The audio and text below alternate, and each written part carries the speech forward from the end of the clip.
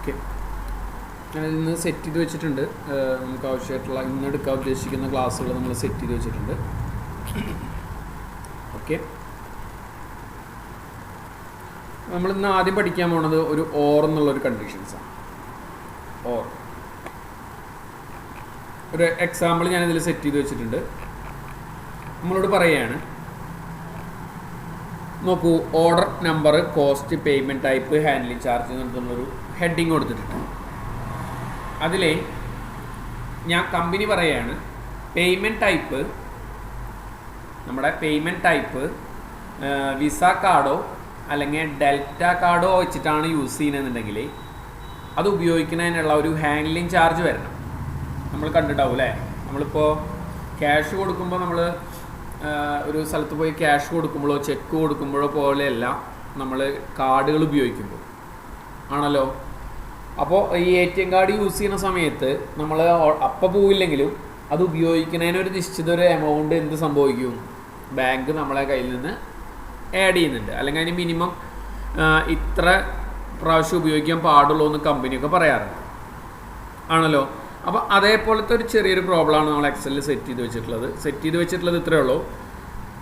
ഇതിൽ ക്യാഷ് അല്ലെങ്കിൽ ചെക്ക് ആണെങ്കിൽ, ക്യാഷും ചെക്കും ആണ് ഈ കാണുന്ന കോളങ്ങളിൽ പ്രിൻ്റ് ചെയ്യണമെന്നുണ്ടെങ്കിൽ അതിന് നമുക്ക് ഹാൻഡ്ലിംഗ് ചാർജ് ഒന്നും വേണ്ട. അതായത് അതിന് പൈസ ഇല്ല. മറിച്ച് ഈ ക്യാഷിന് പകരം ഇപ്പോൾ ഞാൻ പറയുകയാണ്, എനിക്ക് വിസ എന്നാണോ അല്ലെങ്കിൽ ഡെൽറ്റ എന്നുള്ള കാർഡൊക്കെയാണ് ഉപയോഗിക്കുന്നതെന്നുണ്ടെങ്കിൽ അതിനൊരു ഹാൻഡ്ലിംഗ് ചാർജ് പ്രിൻ്റ് ചെയ്യിക്കണം. മനസ്സിലായല്ലോ? അതിനായിട്ട് നമ്മൾ ഉപയോഗിക്കുന്ന ഒരു ഇക്വേഷനാണ് ഓർ എന്ന് പറയുന്ന ഒരു ഇക്വേഷൻസ്. ഓർ മനസ്സിലായല്ലോ? ഓർ അതായത് ഇങ്ങനെയല്ലെങ്കിൽ, മനസ്സിലായില്ലേ? ഇന്നതല്ലെങ്കിൽ ഇന്നത്, അതിനൊക്കെ വേണ്ടി ഉപയോഗിക്കുന്ന ഒരു ഓപ്ഷൻസ്. അപ്പോൾ ഇവിടെ നമുക്ക് എങ്ങനെ ഇക്വേഷൻസിനെ അപ്ലൈ ചെയ്യുക? ഈ ഇക്വേഷൻസിനെ നമ്മൾ എങ്ങനെ അപ്ലൈ ചെയ്യുക? ഇതിൽ ഒന്നെങ്കിൽ എന്താവണം, വിസ കാർഡോ അല്ലെങ്കിൽ ഡെൽറ്റോ കാർഡോ ആണെന്നുണ്ടെങ്കിൽ എത്ര രൂപയാണ് നമ്മളോട് കമ്പനി പറഞ്ഞിട്ടുള്ളത്? 5 രൂപ അല്ലെങ്കിൽ $5 അല്ലെങ്കിൽ €5 ഒക്കെ ആഡ് ചെയ്യണമെന്ന് പറയാം. മനസ്സിലായില്ലേ? അപ്പോൾ ഇവിടെ നമ്മൾ ശ്രദ്ധിക്കേണ്ടത്, ഞാൻ ഇക്വേഷൻസ് ഇത്രേ എഴുതണുള്ളൂ, എല്ലാവരും ശ്രദ്ധിക്കുക.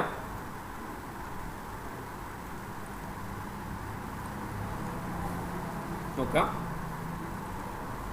ഇവിടെ ഞാനൊരു ഇക്വേഷൻസ് പ്രിൻ്റ് ചെയ്യുകയാണ്, എല്ലാവരും ശ്രദ്ധിക്കുക. ഈക്വൽ ടു ഇഫ് നമ്മൾ മുന്നേ പഠിച്ചിട്ടുണ്ട് അല്ലേ? ഈക്വൽ ടു ഇഫ് ആണെങ്കിൽ, മനസ്സിലായല്ലോ? Equal to if bracket start ചെയ്തിട്ട് നമ്മൾ പറയുകയാണ് എന്ത്? ഓർ. അതായത് 2 കണ്ടീഷൻസ് വരുന്നുണ്ട്. മനസ്സിലായില്ലേ? നേരത്തെ നമ്മൾ 210 അതിന് മുകളിലോ ആണെങ്കിൽ പാസ്ഡ് അല്ലെങ്കിൽ ഫെയിൽഡ് എന്ന് പറയുമ്പോൾ അവിടെ ഒരു കണ്ടീഷനേ വന്നുള്ളൂ. അല്ലെങ്കിൽ പിന്നെ നിങ്ങൾ ഉപയോഗിച്ചത് മൾട്ടിപ്പിൾ ഇഫ് അല്ലെങ്കിൽ നെസ്റ്റഡ് ഇഫ് ആണ് അല്ലേ? 460 മുകളിലാണെങ്കിൽ ഡിസ്റ്റിങ്ഷൻ, 360 മേലെയാണെങ്കിൽ ഫസ്റ്റ് ക്ലാസ്, 300 മേലെയാണെങ്കിൽ സെക്കൻഡ് ക്ലാസ്, 210 മേലെയാണെങ്കിൽ പാസ്ഡ്, അങ്ങനെയുള്ള കണ്ടീഷൻസ് നമ്മൾ ഉപയോഗിച്ചല്ലോ. എന്നാൽ ഇതിൽ നമ്മൾ കാണിക്കുന്നത് നോക്കി നോക്കൂ, equal to if bracket start ചെയ്തിട്ട് നമ്മൾ ഓർ എന്നുള്ളൊരു കണ്ടീഷൻസ് അവിടെ കൊടുക്കുകയാണ്. ഓർ ബ്രാക്കറ്റിൽ എന്ത്? ഈ സെല്ല് തന്നെ 2 വരണം അല്ലേ? എത്ര കണ്ടീഷൻസ് വേണമെങ്കിലും കൊടുക്കട്ടോ. ഈ സെല്ല് ഈക്വൽ ടു ഇൻവെർട്ട് കോമയിൽ ഞാൻ പറഞ്ഞു വിസ എന്നാണെങ്കിൽ, ശ്രദ്ധിക്കുക, വിസ എന്നാണെങ്കിൽ ഇൻവെർട്ട് കോമ ക്ലോസ് ചെയ്തു, കോമ, വീണ്ടും അതേ സെല്ല് തന്നെ ഈക്വൽ ടു ഇൻവെർട്ട് കോമയിൽ ഡെൽറ്റ എന്നുള്ള കണ്ടീഷൻസ് ആണെങ്കിൽ, അപ്പോൾ അതിനാണ് നമ്മൾ ഈ ഓർ ഉപയോഗിച്ചത്. മനസ്സിലായല്ലോ? ഈക്വൽ ടു ഈ സെല്ല് ഈക്വൽ ടു വിസ എന്നാണെങ്കിലും, കോമ ഈ സെല്ല് ഈക്വൽ ടു ഡെൽറ്റ എന്നാണെങ്കിലും ബ്രാക്കറ്റ് ക്ലോസ് ചെയ്തിട്ട് എന്താണോ നമുക്ക് വേണ്ട കണ്ടീഷൻ, സംഭവം മനസ്സിലായില്ലേ? ഇത് രണ്ടും ആണെങ്കിൽ നമുക്ക് $5 അല്ലെങ്കിൽ 5 രൂപ അല്ലെങ്കിൽ 10 രൂപ എത്രയാണെന്നുണ്ടെങ്കിൽ നിങ്ങൾക്ക് അവിടെ കണ്ടീഷൻസ് കൊടുക്കാം. അല്ലെങ്കിൽ 0. സംഭവം മനസ്സിലായ? അപ്പോൾ ഇങ്ങനെ ഒരു കണ്ടീഷൻസ് നമ്മൾ ക്രിയേറ്റ് ചെയ്ത് കഴിഞ്ഞാൽ ഓട്ടോമാറ്റിക്കായിട്ട് എന്ത് സംഭവിക്കും? ഇവിടെ നമ്മൾ ടൈപ്പ് ചെയ്യുന്നത് ഇപ്പോൾ ക്യാഷ് ആണെന്ന് വിചാരിക്കാം. ക്യാഷ് ആണെന്നുണ്ടെങ്കിൽ നോക്കിയാൽ നമ്മുടെ ഹാൻഡ്ലിംഗ് ചാർജ് 0 ആയിട്ട് മാറി. മനസ്സിലായല്ലോ? മറിച്ച് ഇതിന് പകരം ഞാൻ പറഞ്ഞത് ഡെൽറ്റ എന്നുള്ളൊരു കാർഡാണെന്ന് വിചാരിക്കാം. ഡെൽറ്റ ആണെന്നുണ്ടെങ്കിൽ ഓട്ടോമാറ്റിക്കായിട്ട് കണ്ടില്ല അതിൻ്റെ പേയ്മെൻറ്റ് എമൗണ്ട് വന്നു. മറിച്ച് ഇത് ചെക്കാണെന്നുണ്ടെങ്കിൽ ഓട്ടോമാറ്റിക്കായിട്ട് നോക്കിയൊക്കെ 0 ആയി മാറി. ക്യാഷ് ആണെന്നുണ്ടെങ്കിൽ ഓട്ടോമാറ്റിക്കായിട്ട് എന്തായി മാറി? ഓട്ടോമാറ്റിക്കായിട്ട് ഇവിടെ ഓട്ടോമാറ്റിക്കായിട്ട് 0 എന്നുള്ളൊരു ആൻസർ കൊടുക്കുക. മനസ്സിലായല്ലോ? ഈ ഭാഗം മനസ്സിലായ? ഓർ എന്നുള്ള ഇക്വേഷൻസ് മനസ്സിലായ ജിബിനെ? ക്ലിയർ ആണല്ലോ? ഞാൻ ഈ ഫയൽ അയക്കും കേട്ടോ, ഈ ഫയൽ അയക്കും. അപ്പോൾ അയച്ചു കഴിഞ്ഞാൽ അതിൻ്റെ ഫോർമുല ഞാൻ അവിടെ സെറ്റ് ചെയ്ത് വെച്ചിട്ടുണ്ട്. ഈക്വൽ ടു ഇഫ് ബ്രാക്കറ്റിൽ ഓർ എന്ത് സെല്ലേ? ഇവിടെ ഈ കാണുന്ന സെല്ല് ഈക്വൽ ടു വിസ എന്നാണെങ്കിലും കോമ ആ സെല്ല് തന്നെ ഈക്വൽ ടു ഡെൽറ്റ എന്നാണെങ്കിലും. മനസ്സിലായല്ലോ? ഇൻവെർട്ട് കോമയിൽ അങ്ങനെയാണെന്നുണ്ടെങ്കിൽ ഇപ്പോൾ 5 പകരം നിങ്ങൾക്ക് ഇതിന് തന്നെ വേണമെങ്കിൽ വേറൊരു കണ്ടീഷൻസ് അപ്ലൈ ചെയ്യുക. എന്ത്? ഇത് രണ്ടും ആണെങ്കിൽ 0, ക്യാഷും ചെക്കും ആണെന്നുണ്ടെങ്കിൽ 5. അപ്പോൾ നേരെ ഓപ്പോസിറ്റ് ഡയറക്ഷനിലാണ് ഈ സാധനം പ്രിന്റ് ചെയ്യുക. മനസ്സിലായില്ലേ? നമ്മളിവിടെ കൊടുക്കുന്ന കണ്ടീഷൻസുകൾക്ക് അനുസരിച്ചിട്ടായിരിക്കും. ഇപ്പോൾ ഇത് രണ്ടും ആണെന്നുണ്ടെങ്കിൽ എനിക്ക് 5 രൂപ, അല്ലെങ്കിൽ 0. ക്ലിയർ ആണല്ലോ? ഇവിടെ ഓട്ടോമാറ്റിക്കായിട്ട് നമ്മുടെ കാൽക്കുലേഷൻസ് അപ്ലൈ ചെയ്യാനായിട്ട് പറ്റും. ഈ ഭാഗം മനസ്സിലായെന്ന് വിചാരിക്കുന്നു. ഇതൊക്കെ ഇതേപോലെ ചെയ്തിട്ടുള്ള ഇക്വേഷൻസുകൾ തന്നെയാണ്. അപ്പോൾ ഓരോ ക്ലാസ് എടുക്കുന്ന സമയത്ത് ഓരോ കോളത്തിൽ ചെയ്ത് കാണിച്ചു കൊടുക്കുന്നതാണ്. അതുകൊണ്ടാണ് ഈ 3 സെയിം വർക്ക് തന്നെയാണ് ഇതിലേക്ക് എടുക്കുന്നത്. ഡബിൾ ക്ലിക്ക് ചെയ്ത് കഴിഞ്ഞാൽ നമുക്ക് ഓട്ടോമാറ്റിക്കായിട്ട് ഓരോ ഇക്വേഷൻസുകൾ അവിടെ പ്രിന്റ് ചെയ്യിക്കാനായിട്ട് പറ്റും. ഈ ഭാഗം ക്ലിയർ ആയില്ലേ? ഡൗട്ടില്ലല്ലോ? ഓക്കെ. ഇതേപോലെ തന്നെ ഇവിടെയും നമ്മൾ ചെയ്തിട്ടുണ്ട്. സെയിം ഇക്വേഷൻസ് തന്നെയാണ് കേട്ടോ.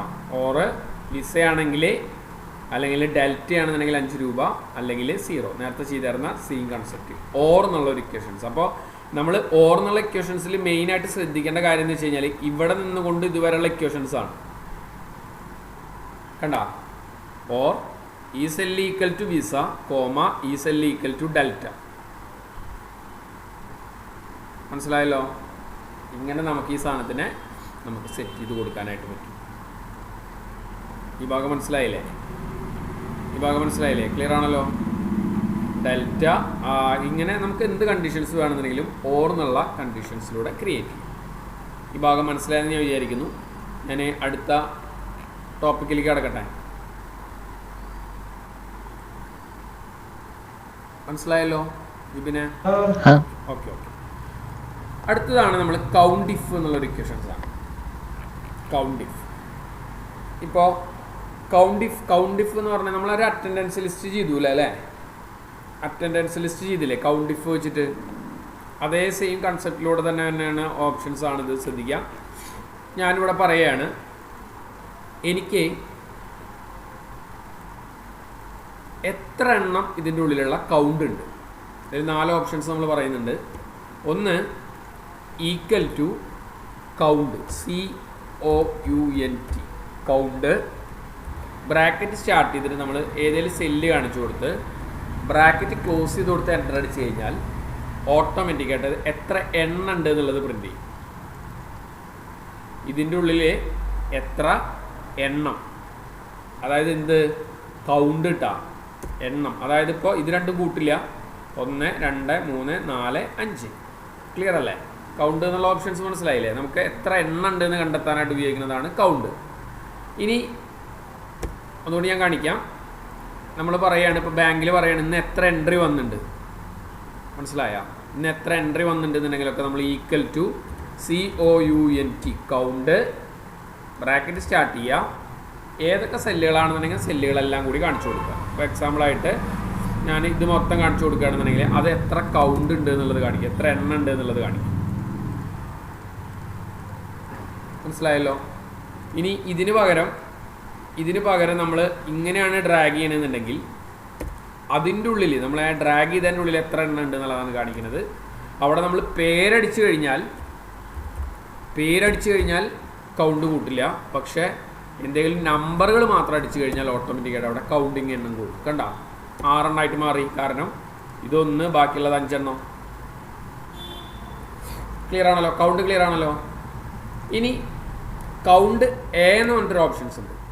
Equal to COUNT A, count A. ഇതിൻ്റെ പ്രത്യേകത എന്താ വെച്ച് കഴിഞ്ഞാൽ നമുക്ക് അക്ഷരം കൂടി, അതായത് നമ്മളിപ്പോൾ മാറ്ററും കൂടി ഉണ്ടെങ്കിൽ അതും കൂടി പ്രിന്റ് ചെയ്ത് കൗണ്ട് ചെയ്ത് തരും. കണ്ടോ, ഇത്ര നേരം നമ്മൾ എന്താ ചെയ്തത്, 6 എണ്ണം ഉണ്ടായിരുന്നുള്ളൂ. ഇതിൻ്റെ കൂടെ കണ്ടില്ലേ ജിജോ എന്നുള്ളത്, എ എന്നുള്ളത്, അനു എന്നുള്ളത് കൂടി ആഡ് ചെയ്തിട്ട് കൗണ്ട് എ എന്നുള്ള കൺസെപ്റ്റ് യൂസ് ചെയ്യാനായിട്ട് പറ്റും. ക്ലിയർ ആണല്ലോ? കൗണ്ട് എ മനസ്സിലായില്ലേ? ഓക്കെ. ഇനി കൗണ്ട് ബ്ലാങ്ക് എന്ന് പറഞ്ഞൊരു ഓപ്ഷൻസ് ഉണ്ട്. Equal to COUNT count blank, BLANK count blank, bracket start ചെയ്തിട്ട് നമ്മൾ ആ ടേബിൾ മൊത്തം കാണിച്ചു കൊടുത്താൽ എത്ര ബ്ലാങ്ക് സെല്ലുണ്ട് എന്നുള്ളത് കാണിച്ചു തരും. മനസ്സിലായ? എത്ര ബ്ലാങ്ക് സെല്ലുണ്ട് എന്നുള്ളത് കാണിച്ചു തരും. ക്ലിയർ ആണല്ലോ? എത്ര ബ്ലാങ്ക് സെല്ലുണ്ട് എന്നുള്ളത് കാണിച്ചു തരും. അപ്പോൾ ഇവിടെ നോക്കി നോക്കൂ, ഈ കാണുന്ന ഭാഗത്തിൻ്റെ ഉള്ളിൽ ഓട്ടോമാറ്റിക്കായിട്ട് നമ്മൾ എത്ര സെല്ലുണ്ട്, ഒരു 27 ബ്ലാങ്ക് ആയിട്ടുള്ള സെല്ലുകളുണ്ട്. ക്ലിയർ ആണല്ലോ? അപ്പോൾ count A, count A, count count count A, count blank. ഇനി നമ്മൾ നേരത്തെ പഠിച്ചിട്ടുള്ള കൗണ്ട് ഇഫ് പഠിച്ചിട്ടുണ്ടായിരുന്നില്ലേ? നമ്മൾ മുന്നേ പഠിച്ചില്ലേ, നമ്മൾ അറ്റൻഡൻസ് ചെയ്യുന്ന സമയത്ത്. ക്ലിയർ ആണല്ലോ? അതിവിടെ നോക്കി നോക്കി നിങ്ങൾ. എനിക്കിതിൽ ഈ കാണുന്ന ടേബിളിൽ നിന്ന് എത്ര, നോക്കൂ, ഹൗ മെനി ബ്രേക്ക്, എത്ര ബ്രേക്ക് ഉണ്ട് എന്നാണ് ചോദിക്കുന്നത് അല്ലേ? ഇതിൻ്റെ ഉള്ളിൽ എത്ര ബ്രേക്ക് ഉണ്ട്? 1, 2. ക്ലിയർ ആണല്ലോ? അതിനായിട്ട് നമ്മൾ ഉപയോഗിച്ച കണ്ടീഷൻസ് ആണ് എന്ത്? ഇവിടെ നോക്കൂ, equal to count if, COUNT. നേരത്തെ നമ്മൾ വെറും ആബ്സെന്റ് പ്രസന്റ് കാണാൻ വേണ്ടിയിട്ടാണ് ചെയ്തത് അല്ലേ? ആണല്ലോ? ആബ്സെന്റും പ്രസന്റും ചെയ്യാൻ വേണ്ടിയിട്ടല്ലേ നമ്മൾ ചെയ്തത്. ഇതാവുമ്പോൾ കൗണ്ട് ഇഫ്, ബ്രാക്കറ്റ് സ്റ്റാർട്ട് ചെയ്യാം, റേഞ്ച്, കോമ, ഇൻവെർട്ട് കോമയിൽ എന്താണോ കാണേണ്ടത്. ഇപ്പം ഞാൻ പറഞ്ഞു എന്തെന്നാ, ബ്രേക്ക്, BRAKES, അത് ഇൻവെർട്ട് കോമയിൽ കൊടുക്കാനായിട്ട് ശ്രമിക്കാം. ബ്രാക്കറ്റ് ക്ലോസ് ചെയ്യുക, എൻ്റർ അടിക്കുക. ക്ലിയർ ആണല്ലോ? ഈ ഭാഗം മനസ്സിലായില്ലേ? അതേപോലെ തന്നെ എത്ര ടയർ ഉണ്ട് എന്നുള്ളത് നമുക്ക് കാണിക്കാം. നോക്കൂ, equal to COUNTIF count if, bracket start ചെയ്യുക, റേഞ്ച്, കോമ, ഇൻവെർട്ട് കോമയിൽ ടയർ, ഇൻവെർട്ട് കോമയിൽ ടയേഴ്സ്, ബ്രാക്കറ്റ് ക്ലോസ് ചെയ്ത് എൻ്റർ അടിച്ചു. അപ്പോൾ എത്ര ടയർ ഉണ്ട് എന്നുള്ളത് പ്രിന്റ് ചെയ്തു. ഇനി അടുത്ത ക്വസ്റ്റ്യൻ എന്താ? How many item cost of, 100ന്റെ മുകളിൽ എത്ര ഉണ്ടെന്നാണ് കാണിക്കുന്നത്. ഇതിൻ്റെ ഉള്ളിൽ 100ന്റെ മുകളിൽ എത്ര ഉണ്ടെന്ന് കാണിക്കുന്നുണ്ട് അല്ലേ? അതെങ്ങനെ ചെയ്യാം? Equal to count if, COUNTIF, bracket start ചെയ്യുക, നമ്മുടെ റേഞ്ച് കാണിച്ചു കൊടുക്കുക, കോമ, ഇൻവെർട്ട് കോമയിൽ എന്താ നമ്മളോട് പറഞ്ഞുള്ള കണ്ടീഷൻസ്? 100ന്റെ മുകളിൽ അല്ലേ, greater than or equal to 100 എന്ന് ടൈപ്പ് ചെയ്ത് കൊടുക്കുക. മനസ്സിലായല്ലോ? ഈ ഭാഗം മനസ്സിലായില്ലേ?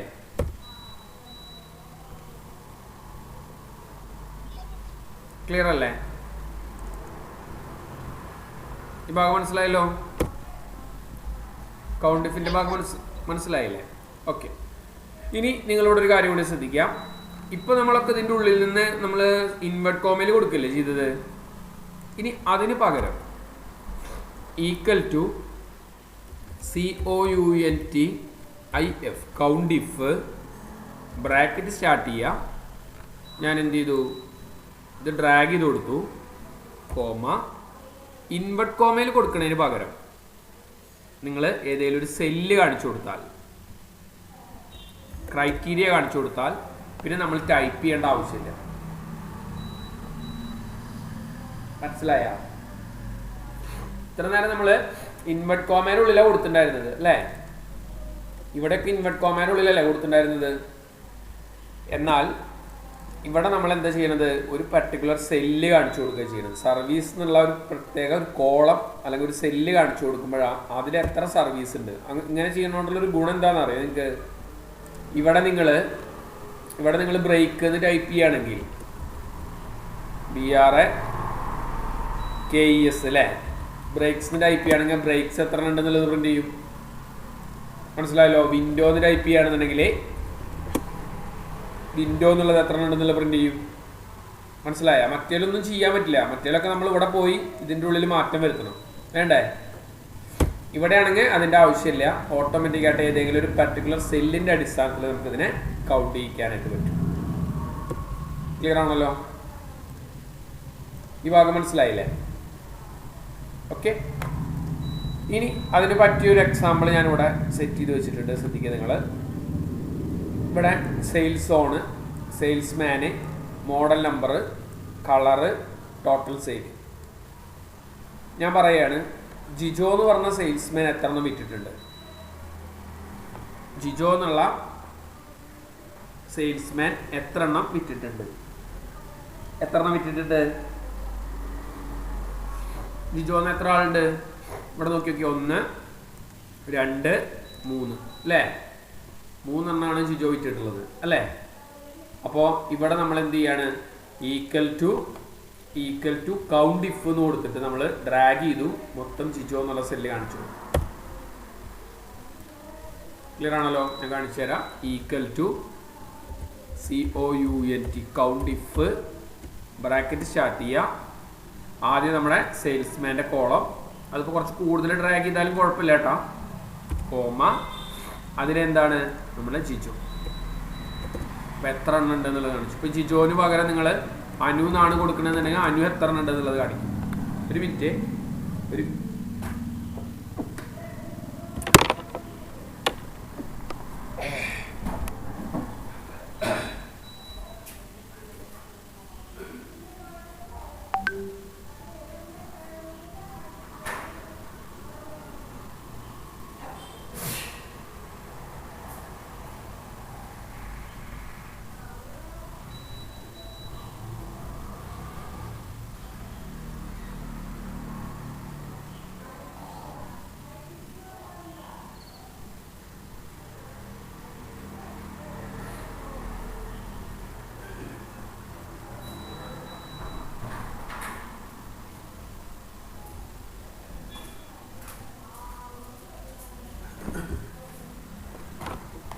Okay, sorry. ക്ലിയർ ആണല്ലോ? സൗണ്ട് ക്ലിയർ ആണല്ലോ എൻ്റെ? ഹലോ? അതെ സാർ. ഓക്കെ, ശരി ശരി. അപ്പോൾ ഇവിടെ നമ്മൾ പേര് കൊടുക്കുന്നത് ഞാൻ പറയുകയാണ്. ഇപ്പോൾ ജിജോ എന്നുള്ളതിന് പകരം അനു അല്ലെങ്കിൽ അബി എന്ന് കൊടുത്തു കഴിഞ്ഞാൽ ഓട്ടോമാറ്റിക്കായിട്ട് അബി എത്ര ഉണ്ടെന്നുള്ളവിടെ ഓട്ടോമാറ്റിക്കായിട്ട് പ്രിന്റ് ചെയ്ത് തന്നു. കണ്ട? ഇനി ഞാൻ പറയുകയാണ്, ജിജോ എന്ന് പറഞ്ഞ ഒരാളാവണം, സെയിൽസ്മാനിൽ ജിജോനാവണം, മോഡൽ നമ്പറിൽ D10 ആവണം. മനസ്സിലായ? സെയിൽസ്മാൻ ജിജോനാവണം, മോഡൽ നമ്പർ D10 ആവണം. അങ്ങനത്തെ എത്ര ആളുണ്ടെന്നാണ് ചോദിക്കുന്നത്. നോക്കി നോക്കി നിങ്ങൾ. ഇതല്ല ഒരെണ്ണം മാത്രമുള്ളൂ അല്ലേ? കാരണം ഇത് B10ഉം ഇത് A10ഉം ആണ്. ഇവിടെ മാത്രമാണ് ഒരു D10 ഉള്ളൂ അല്ലേ? അപ്പോൾ അതിനായിട്ട് നമ്മൾ ഉപയോഗിക്കുന്ന ഒരു ഇക്വേഷൻസ് ആണ്. ശ്രദ്ധിക്കുക. ഈക്വൽ ടു നമ്മൾ നേരത്തെ ചെയ്തിരുന്ന പോലെ തന്നെ COUNT count if, bracket start ചെയ്യുക. ആദ്യം എന്ത് ചെയ്യുക? നമ്മുടെ ക്രൈറ്റീരിയ. ഇവിടെ ഒരു കാര്യം ശ്രദ്ധിക്കണം. ഒന്നിൽ കൂടുതൽ കണ്ടീഷൻസുകൾ വരുമ്പോഴേ എസ് കൂട്ടിച്ചേർക്കണം കേട്ടോ. നമ്മൾ സം ഇഫ് എസ് ചെയ്ത പോലെ കൗണ്ട് ഇഫ് എസ് കൂട്ടിച്ചേർക്കണം. മനസ്സിലായല്ലോ? അപ്പോൾ ആദ്യം നമ്മൾ ചെയ്യേണ്ടത് ഇവിടെ equal to COUNT count if S bracket start ചെയ്യാം. ആദ്യം നമ്മുടെ ക്രൈറ്റീരിയ ഞാൻ കൊടുത്തു. മോഡൽ നമ്പർ, കോമ, അതിലെ D10, കോമ, സെയിൽസ്മാൻ്റെ അടുത്ത ക്രൈറ്റീരിയ, കോമ, അടുത്ത ക്രൈറ്റീരിയ കൊടുക്കും. ബ്രാക്കറ്റ് ക്ലോസ് ചെയ്ത് കൊടുത്തിട്ട് എൻ്റർ കീസ്.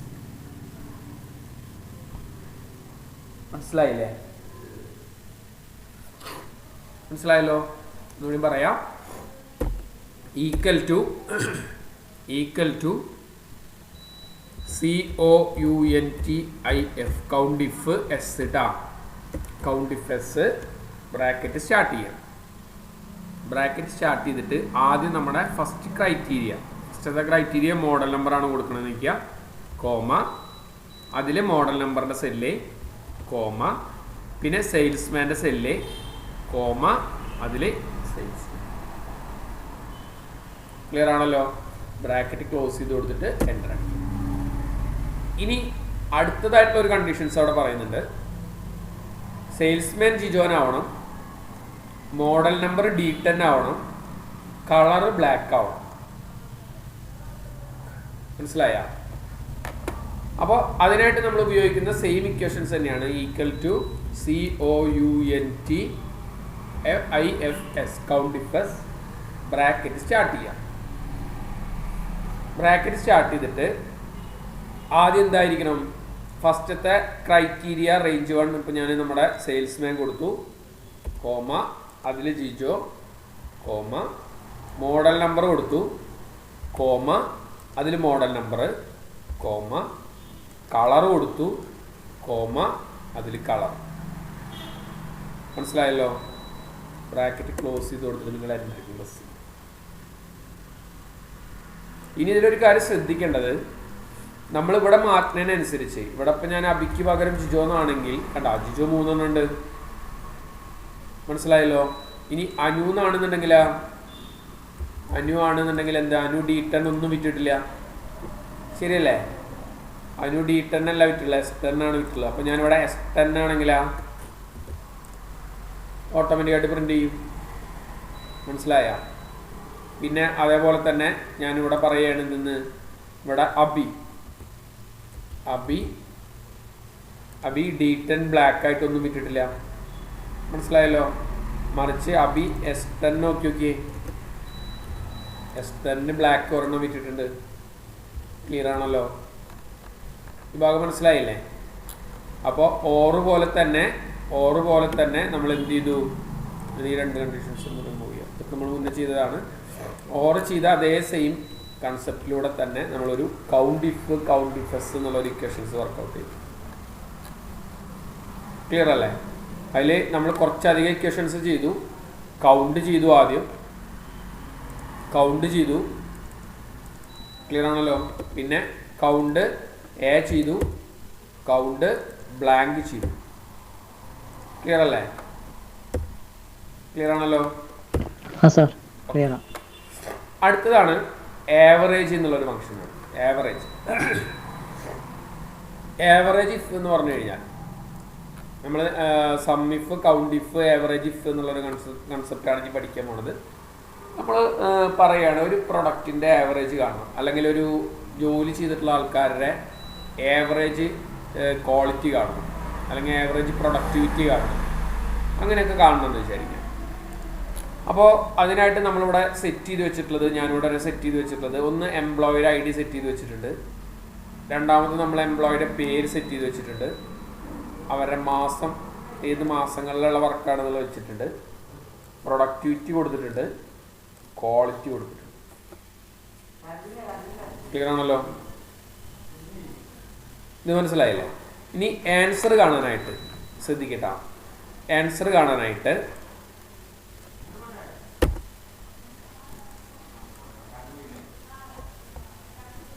നോക്കൂ, ആൻസർ കാണാനായിട്ട് ഞാൻ പറയുകയാണ്, എനിക്ക് ഈ ആളുടെ ആവറേജ് പ്രൊഡക്ടിവിറ്റി കാണും.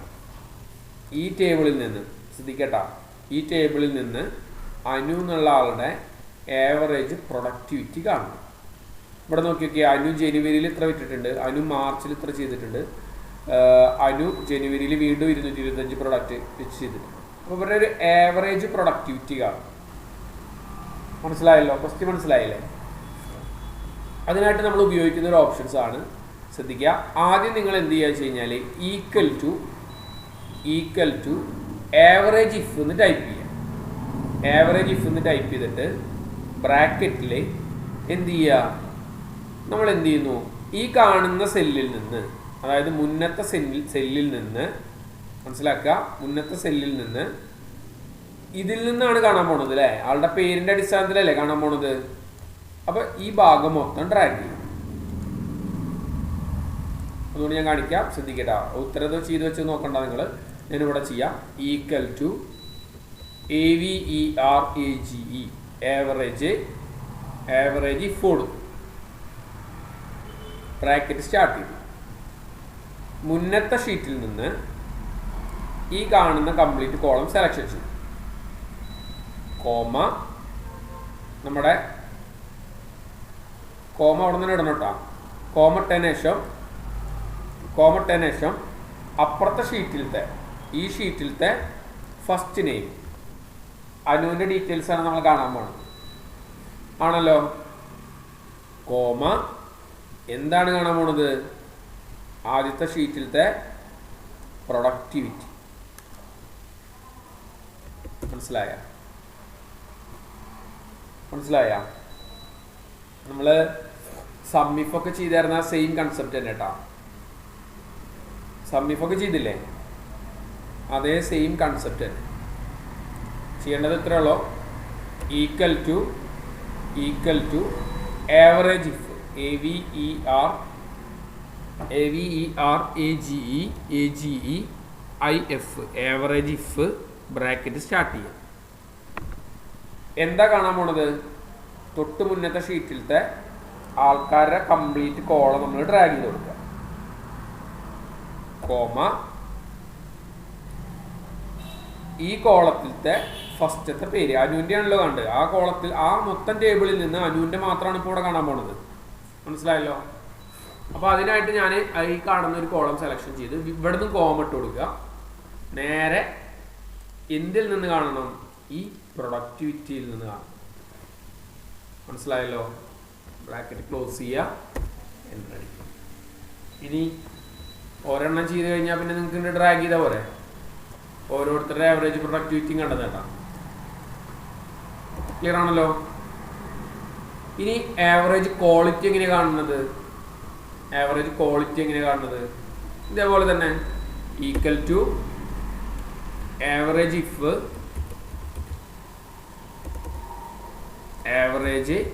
ഇഫ് ബ്രാക്കറ്റ് സ്റ്റാർട്ട് ചെയ്യാം. ബ്രാക്കറ്റ് സ്റ്റാർട്ട് ചെയ്തിട്ട് നമ്മൾ മുന്നത്തെ കോളത്തിലത്തെ ഇപ്പോൾ എനിക്ക് എംപ്ലോയിയുടെ ID അനുസരിച്ച് കാണണമെന്ന് വിചാരിക്കുക. പേരിൻ്റെ അടിസ്ഥാനം അല്ലാതെ ID-യുടെ അടിസ്ഥാനത്തിൽ കാണണമെന്നുണ്ടെങ്കിൽ നിങ്ങൾ ID കംപ്ലീറ്റ് സെലക്ഷൻ ചെയ്യാം. പേരിൻ്റെ കോളത്തിന് പകരം ID സെലക്ഷൻ ചെയ്തു. കോമ നമ്മുടെ ആൻസറിലെ ഫസ്റ്റ് ID. ക്ലിയർ ആണല്ലോ. ഫസ്റ്റ് ID നമ്മൾ ക്രിയേറ്റ് ചെയ്യുക. എന്നിട്ട് അവിടെ ID ആയതുകൊണ്ടാണ് ഇവിടെ ID സെലക്ഷൻ ആക്കിയത് കേട്ടോ. കോമ ഇനി എന്താ കാണാൻ പോണത്? നമ്മൾ ഇതിൻ്റെ ഉള്ളിലുള്ള ആവറേജ് ക്വാളിറ്റി ആണെന്ന് വിചാരിക്കുക. അപ്പോൾ ആവറേജ് ക്വാളിറ്റി കാണിച്ചു. മനസ്സിലായ? അയാളുടെ ID അനുസരിച്ച് അയാൾക്കുള്ള ഒരു ഏകദേശം ക്വാളിറ്റി ആവറേജ് ക്വാളിറ്റിയോട് ഔട്ട്പുട്ട് പ്രിന്റ് ചെയ്യിച്ചു. ക്ലിയർ ആണല്ലോ. ഈ ഭാഗം മനസ്സിലായില്ലേ? ആവറേജ് ഇഫ് ഒക്കെ മനസ്സിലായില്ലേ? ഈ രണ്ട് ഷീറ്റും തമ്മിലാണ് ഈ വർക്ക് സപ്പോർട്ട് ചെയ്തിട്ടുള്ളത് കേട്ടോ. ഈ ഷീറ്റിൽ നിന്നും കൂടിയിട്ടാണ് ഇതിലേക്ക് ഇൻക്ലൂഡ് ചെയ്തിട്ടുള്ളത്. ഓക്കെ ആണല്ലോ. Okay sir. അടുത്തതാണ് നമ്മൾ പഠിക്കാൻ പോകുന്നതാണ് D sum, D average, D maximum, D minimum. അങ്ങനത്തെ ഒരു വർക്കാണ് ചെയ്യാൻ പോണത്. ശ്രദ്ധിക്കാം. അതിനായിട്ട് ഞാൻ ഒരു പർട്ടിക്കുലർ ടേബിൾ ഇതേപോലെ സെറ്റ് ചെയ്ത് വെച്ചിട്ടുണ്ട്. ഇതുവരെ നമ്മൾ ഒരു കാര്യം ശ്രദ്ധിക്കാം. ഇതുവരെ നമ്മൾ ചെയ്തിരുന്നത് ഏതെങ്കിലും ഒരു ക്രൈറ്റീരിയ വെച്ചിട്ടാണ് ചെയ്തിരുന്നത് അല്ലേ? ഒറ്റ ക്രൈറ്റീരിയ വെച്ചിട്ടാണ് ചെയ്തിരുന്നത്. ഇനി നമ്മൾ പല ക്രൈറ്റീരിയ വെച്ചിട്ട് ആൻസർ പ്രിന്റ് ചെയ്യും. അതിനായിട്ട് നിങ്ങൾ ചെയ്തിട്ടുള്ള ടേബിളിൻ്റെ ആ കോളം, ആ സബ്ജക്റ്റുകൾ, ഇപ്പോൾ നിങ്ങളുടെ കമ്പനീനെ ബേസ് ചെയ്തിട്ടുള്ളതാണെന്നുണ്ടെങ്കിൽ അത് കിട്ടാം. എന്താണോ അതിൻ്റെ ഹെഡിങ് എന്നുണ്ടെങ്കിൽ അത് കോപ്പി ചെയ്യാം. Ctrl+C ഇവിടെ വെച്ചിട്ട് Ctrl+V എന്നുള്ള കമാൻഡ് പ്രസ് ചെയ്യും. ഇപ്പോൾ നെയിം വേണമെന്നുണ്ടെങ്കിൽ നെയിമും കുഴപ്പമൊന്നുമില്ല, നെയിമിനും കുഴപ്പമൊന്നുമില്ല. നെയിമും വേണമെന്നുണ്ടെങ്കിൽ നിങ്ങൾക്ക് കൊടുക്കാം. എന്നിട്ട് തൊട്ടടിയിലത്തെ സെല്ല് എല്ലാം കൂടി സെലക്ഷൻ ചെയ്ത് ഇവിടെ ഓൾ ബോർഡറുകൾ ക്രിയേറ്റ് ചെയ്യും. മനസ്സിലായല്ലോ? ഈ ഭാഗം മനസ്സിലായല്ലോ? ഇതായത് ഈ ഹെഡിങ് തന്നെ ഇതേപോലെ മേലേക്ക് കോപ്പി പേസ്റ്റ് ചെയ്തു മാത്രമേ ഉള്ളൂ കേട്ടോ. ഇനി ഞാൻ പറയാൻ പോണത് ഇത്രയേ ഉള്ളൂ, എല്ലാവരും ശ്രദ്ധിക്കുക. ഈക്വൽ ടു ഡി സം എന്ന് ടൈപ്പ് ചെയ്യുക. ബ്രാക്കറ്റ് സ്റ്റാർട്ട് ചെയ്യുക.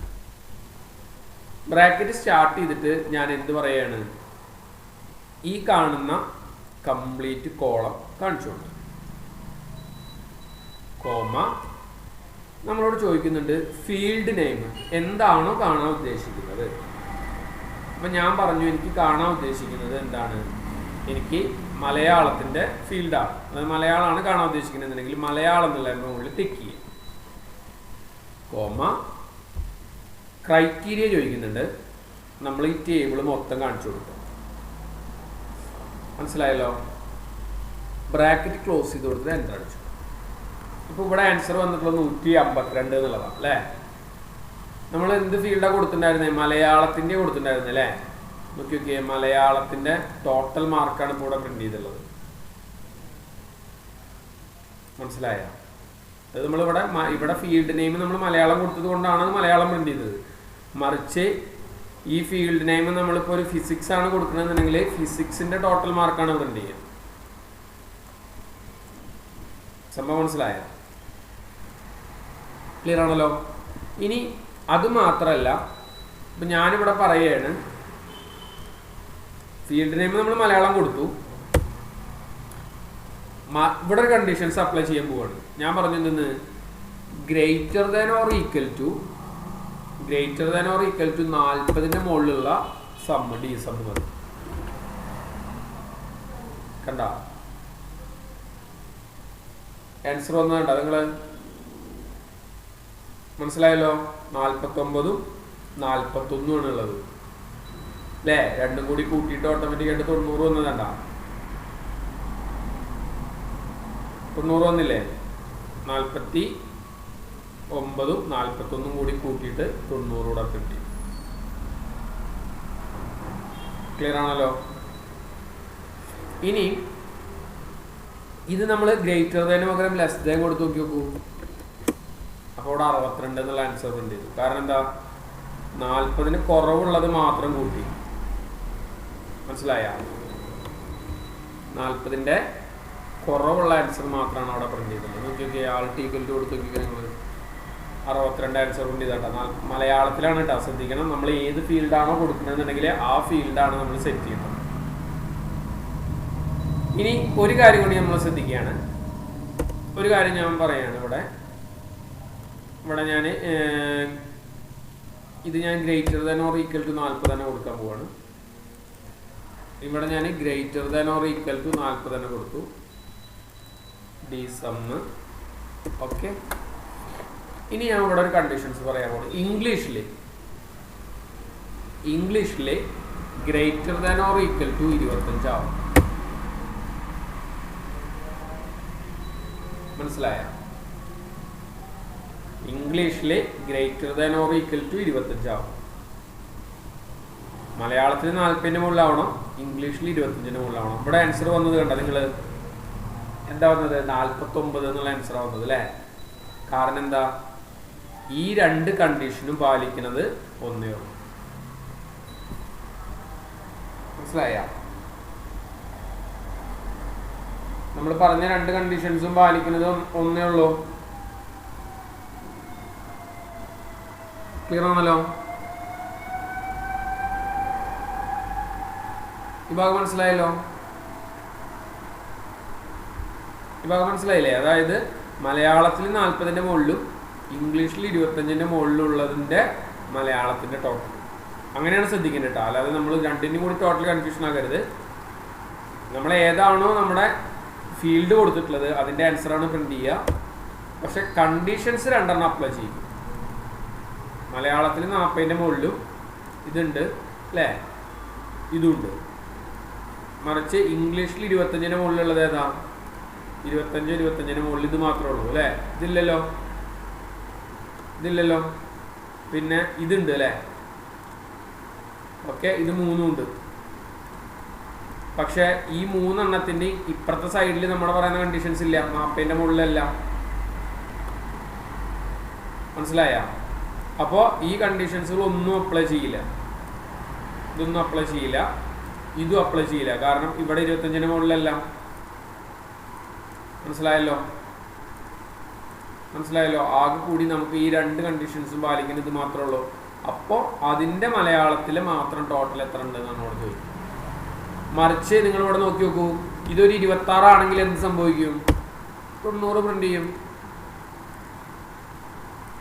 മനസ്സിലായല്ലോ? കാരണം എന്താ? ഈ കണ്ടീഷനും ശരിയാണ്, ഈ കണ്ടീഷനും ശരിയാണ്, ഈ കണ്ടീഷനും ശരിയാണ്. അപ്പോൾ ഇതും കൂടി കൂട്ടിയിട്ട് ഇവിടെ 90 പ്രിന്റ് ചെയ്യും. ക്ലിയർ അല്ലേ? ഈ ഭാഗം മനസ്സിലായില്ലേ?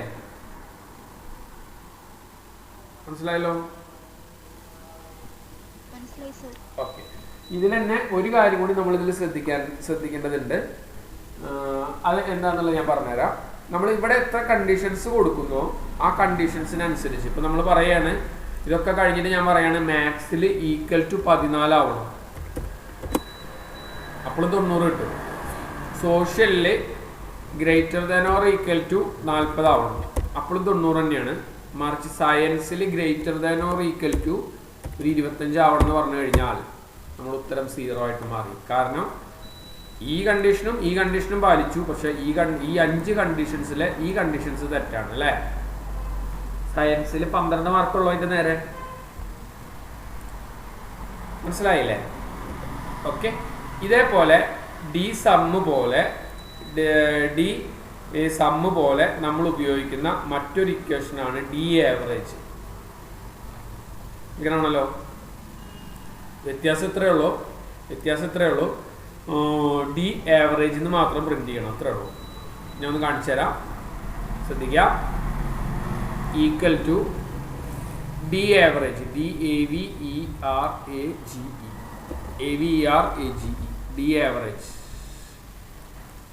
ഡി ആവറേജ് ബ്രാക്കറ്റ് സ്റ്റാർട്ട് ചെയ്യുക. നമ്മുടെ ടേബിൾ മൊത്തം കാണിച്ചു കൊടുക്കുക. ക്ലിയർ ആണല്ലോ? കോമ ഇട്ടിട്ട് നമ്മുടെ എന്താണോ ഫീൽഡ്, ഇപ്പം ഞാൻ നേരത്തെ പറഞ്ഞ പോലെ തന്നെ എനിക്ക് മാത്സിൻ്റെ ആവറേജ് ആണ് കണ്ടതെന്നുണ്ടെങ്കിൽ മാത്സ് എന്നുള്ളത് ക്ലിക്ക് ചെയ്യാം.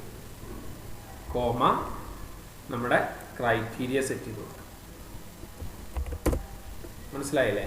അപ്പോൾ മാത്സിൻ്റെ 20ൻ്റെ മുകളിൽ 20 കുറവുള്ള ആൾക്കാരെ മാർക്ക് കൂട്ടിയിട്ട് അതിൻ്റെ ആവറേജാണ് ഇവിടെ പ്രിന്റ് ചെയ്യുന്നത്. അപ്പോൾ ഡി സമ്മ് പോലെ തന്നെ ഉപയോഗിക്കുന്ന മറ്റൊരു ഓപ്ഷൻസ് ആണ് ഡി ആവറേജ്. അതേപോലെ തന്നെയാണ് ഡി മാക്സിമം. ക്ലിയർ ആണല്ലോ? ഇവിടെ നമ്മൾ ഡി മാക്സിമത്തിലാണ് നമ്മൾ ഡി സമ്മ് ചെയ്തിട്ടുണ്ടായിരുന്നത്, പക്ഷെ വ്യത്യാസങ്ങളൊന്നുമില്ല. ഞാൻ അവിടെ വേറെ കാണിക്കാം. ഡി മാക്സിമം കാണാനായിട്ട് എന്താ ചെയ്യുക? = DMAX, ഇത്രേ ഉള്ളൂ. ബ്രാക്കറ്റ് സ്റ്റാർട്ട് ചെയ്യുക. നമ്മുടെ database, comma field name, comma നമ്മുടെ ക്രൈറ്റീരിയ. മനസ്സിലായല്ലോ?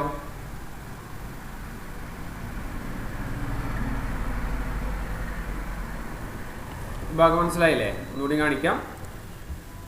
= DMAX മാക്സ് ബ്രാക്കറ്റ് സ്റ്റാർട്ട് ചെയ്യുക. Database, comma field name, comma നമ്മുടെ ക്രൈറ്റീരിയ. മനസ്സിലായില്ലേ? ഇപ്പം മൊത്തം എന്തിൻ്റെ? മലയാളത്തിൻ്റെ മാക്സിമം വാല്യൂ ആണ് ഇവിടെ പ്രിന്റ് ചെയ്തിട്ടുള്ളത്. ഇനി ഞാൻ പറയുകയാണ്, മലയാളത്തിൽ > ഒരു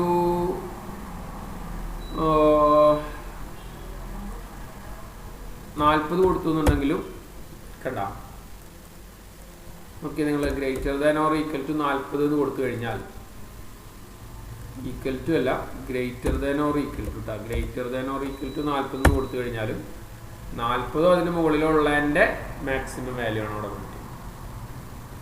അതേപോലെ തന്നെ ഡി മിനിമം വാല്യൂ കാണുന്നുണ്ടെങ്കിൽ വ്യത്യാസങ്ങളൊന്നുമില്ല കേട്ടോ. സെയിം ഓപ്ഷൻസ് തന്നെ. = DMIN ബ്രാക്കറ്റ് സ്റ്റാർട്ട് ചെയ്യാം. ടേബിൾ കാണിച്ചു കൊടുക്കുക. കോമ നമ്മൾ എന്താണോ കാണാൻ ഉദ്ദേശിക്കുന്നതെന്നുണ്ടെങ്കിൽ ആ ഫീൽഡ് കോമ നമ്മുടെ ക്രൈറ്റീരിയ. ക്ലിയർ ആണല്ലോ? ഈ ഭാഗം മനസ്സിലായില്ലേ? ഈ ഭാഗം മനസ്സിലായെന്ന് വിചാരിക്കുന്നു. D sum, D sum, D average, D maximum, D minimum. Okay. ഇനി അടുത്തത് വരുന്നതാണ് ഫോർകാസ്റ്റ് എന്നൊരു ഇക്വേഷൻസ്. ഫോർകാസ്റ്റ് എന്താണ്? ഫോർകാസ്റ്റ് എന്ന് കേട്ടിട്ടുണ്ടോ നിങ്ങൾ? ഫോർകാസ്റ്റ് എന്ന് കേട്ടിട്ടുണ്ടോ? ഭാവി മുൻകൂട്ടി പ്രവചിക്കുക എന്ന് പറയും അല്ലേ? ഇപ്പൊ നമ്മൾ പറയാണ് 2020 ഇന്ത്യയുടെ പോപ്പുലേഷൻസ് ഇത്രയാണെങ്കിൽ അതൊരു ചില ആൾക്കാരൊക്കെ പറഞ്ഞേക്കാറുണ്ട്. അപ്പോൾ 2050 കൂടിയിട്ട് ഏകദേശം ഇന്ത്യയുടെ പോപ്പുലേഷൻസ് എത്രയാവും? ഇതിപ്പോൾ അവർ കണക്കെടുത്തിട്ടൊന്നല്ലല്ലോ പറയുന്നത്, ഒരു പ്രവചിക്കുകയാണ് അല്ലേ? ഒരു ഏകദേശ താരതമ്യ പഠനമാണ് അവിടെ, ആണല്ലോ. ഇപ്പം നമ്മളോടൊരു കമ്പനി പറയുകയാണ്, ആദ്യത്തെ മാസം എനിക്ക് 1000 രൂപ വരെ ബിസിനസ് നടന്നു, രണ്ടാമത്തെ മാസം എനിക്ക് 2000 രൂപ വരെ ബിസിനസ് നടന്നു, മൂന്നാമത്തെ മാസം 3000 രൂപ വരെ ബിസിനസ് നടന്നു. അങ്ങനെയാണെങ്കിൽ നാലാമത്തെ മാസം എത്ര രൂപ വരെ ബിസിനസ് നടക്കും? ഒരു നമ്മൾ വരാൻ പോണ ഭാഗമാണ്, എത്ര നടക്കും? നമ്മൾ എത്ര ആൻസർ പറയാ? അതേ അനുപാതമാണെന്നുണ്ടെങ്കിൽ 4000 എന്ന് പറയും അല്ലേ? ആണല്ലോ. ക്ലിയർ അല്ലേ? അത് അങ്ങനെ കണ്ടെത്താനായിട്ട് ഉപയോഗിക്കുന്ന ഒരു ഓപ്ഷൻസ് ആണ് ഇവിടെ നമ്മൾ ഈ ഫോർകാസ്റ്റ് എന്നുള്ള ഇക്വേഷൻസിലൂടെ ചെയ്യുന്നത്. ഇപ്പോൾ ഒരു എക്സാമ്പിൾ ആയിട്ട് ഞാനിവിടെ ചെയ്തിട്ടുണ്ട്. ഒന്നാമത്തെ മാസം 1000, രണ്ടാമത്തെ മാസം 2000, മൂന്നാമത്തെ മാസം 2500, നാലാമത്തെ മാസം 3500, അഞ്ചാമത്തെ മാസം 3800, ആറാമത്തെ മാസം 4000. അങ്ങനെയാണെങ്കിൽ 12ാമത്തെ മാസം ഡാറ്റയിലില്ല, ഡാറ്റയിൽ നമ്മുടെ ആൻസർ ഇല്ലല്ലോ. മറിച്ച് 12ാമത്തെ മാസം എത്രയാവും? മനസ്സിലായ? അത് കണ്ടെത്താനായിട്ട് ഉപയോഗിക്കുന്ന ഇക്വേഷൻസിനെയാണ് നമ്മൾ ഫോർകാസ്റ്റ് എന്നുള്ള ഇക്വേഷൻസിലൂടെ ഉദ്ദേശിക്കുന്നത്. മനസ്സിലായല്ലോ? ആദ്യം നമ്മൾ ചെയ്യേണ്ടത് ഇത്രയേ ഉള്ളൂ. ആദ്യം നമ്മൾ ചെയ്യുക, എല്ലാവരും ശ്രദ്ധിക്കുക, ഇവിടെ ശ്രദ്ധിക്കട്ടെ. ഈക്വൽ ടു ഫോർകാസ്റ്റ് എന്ന് ടൈപ്പ് ചെയ്യുക. FORECASTE ഫോർകാസ്റ്റ് വരെ കൊടുത്താൽ മതി. FORECAST വരെ കേട്ടോ. ബ്രാക്കറ്റ് സ്റ്റാർട്ട് ചെയ്യാം. നമ്മളിവിടെ കാണാൻ ഉദ്ദേശിക്കുന്ന മാസത്തിൻ്റെ സെല്ല് അവിടെയാണ് ടൈപ്പ് ചെയ്യാൻ പോണത്, കോമ. ഇനി എന്ത് ചെയ്യാം? നമ്മുടെ ഈ കാണുന്ന നമ്മുടെ ഒരു മിനിറ്റ് ശ്രദ്ധിക്കുക. ഈക്വൽ ടു ഫോർകാസ്റ്റ്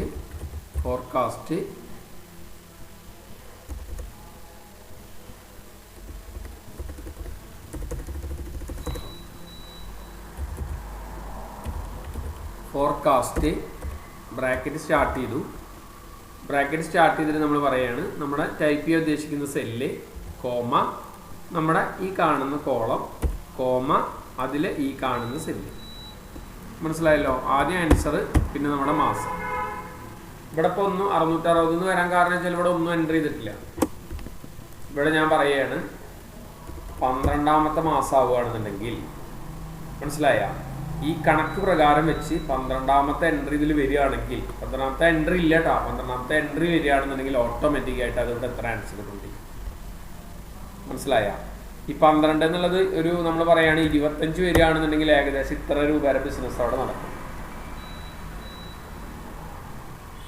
മനസ്സിലായ? ഫോർകാസ്റ്റ് മനസ്സിലായ? ഇപ്പോൾ ഇവിടെ ഒരു എക്സാമ്പിൾ വേറെ കാണിച്ചിട്ടുണ്ട്. 1996 10 സെയിൽസ് ടീം അനുസരിച്ചിട്ട് $5000 പ്രിന്റ് ചെയ്തിട്ടുണ്ട്, 5000 ചെയ്തിട്ടുണ്ട്. 97 അത് 20 ആൾ കൂടി 8000 ആയിട്ടുണ്ട്. 98 അത് 30 ആൾ കൂടി 8500 ആയിട്ടുണ്ട്. അങ്ങനെയാണെങ്കിൽ 40 ആളെ വെച്ച് കഴിഞ്ഞാൽ നമുക്ക് എത്ര രൂപ വരെ ബിസിനസ് നടത്താം? മനസ്സിലായ? ക്വസ്റ്റ്യൻ മനസ്സിലായ? ഇപ്പോൾ ഇവിടെ നോക്കി നോക്കൂ. ആദ്യം equal to forecast bracket start ചെയ്യുക. ടൈപ്പ് ചെയ്യാൻ ഉദ്ദേശിക്കുന്ന സെല്ല്, കോമ, നമ്മുടെ ആൻസർ വന്നിട്ടുള്ള കോളം, കോമ, നമ്മുടെ എത്ര സെയിൽസ് വെച്ചിട്ടാണ് ചെയ്തിട്ടുള്ളതെന്നുണ്ടെങ്കിൽ ആ കോളം. ക്ലിയർ ആണല്ലോ? ഭാഗം മനസ്സിലായല്ലോ? ആൻസർ പ്രിന്റ് ചെയ്ത് വേണ്ട നിങ്ങൾ? ഈ ഭാഗം മനസ്സിലായില്ലേ? ഫോർകാസ്റ്റ് എന്നുള്ള ഇക്വേഷൻ ഞാൻ കാണിച്ചു തരാം. Equal to FORECAST CAST, forecast. Bracket start ചെയ്യുക. ബ്രാക്കറ്റ് സ്റ്റാർട്ട് ചെയ്തിട്ട് നമ്മൾ ടൈപ്പ് ചെയ്യാൻ ഉദ്ദേശിക്കുന്ന സെല്ല്, കോമ, ഈ കോളം, കോമ, പിന്നെ ഈ കോളം. മനസ്സിലായ? ഇപ്പം ഞാൻ പറയുകയാണ്, ഒരു 60 ആളെ വെച്ച് ബിസിനസ് ചെയ്യുകയാണെങ്കിൽ നമുക്ക് ഏകദേശം 60 ആളെ വെച്ച് ബിസിനസ് ചെയ്യുകയാണെങ്കിൽ ഏകദേശം 14,166 രൂപ വരെ പെർഫോമൻസ് ഉണ്ടാവും. മറിച്ച് ഇത് ഒരു 50 ആളാവുകയാണെന്നുണ്ടെങ്കിൽ ഏകദേശം കിട്ടാം. അതിനെയാണ് നമ്മൾ ഫോർകാസ്റ്റ് എന്നുള്ള ഇക്വേഷൻസിലൂടെ ഉദ്ദേശിക്കുന്നത്. ഈ ഭാഗം മനസ്സിലായില്ലേ? ക്ലിയർ ആണല്ലോ? ഓക്കെ. അടുത്തത് വരുന്നതാണ് നെറ്റ്വർക്ക് ഡേയ്സ് എന്നുള്ള ഓപ്ഷൻസ്. ഈ നെറ്റ്വർക്ക് ഡേയ്സ് എന്നുള്ള ഓപ്ഷൻസ്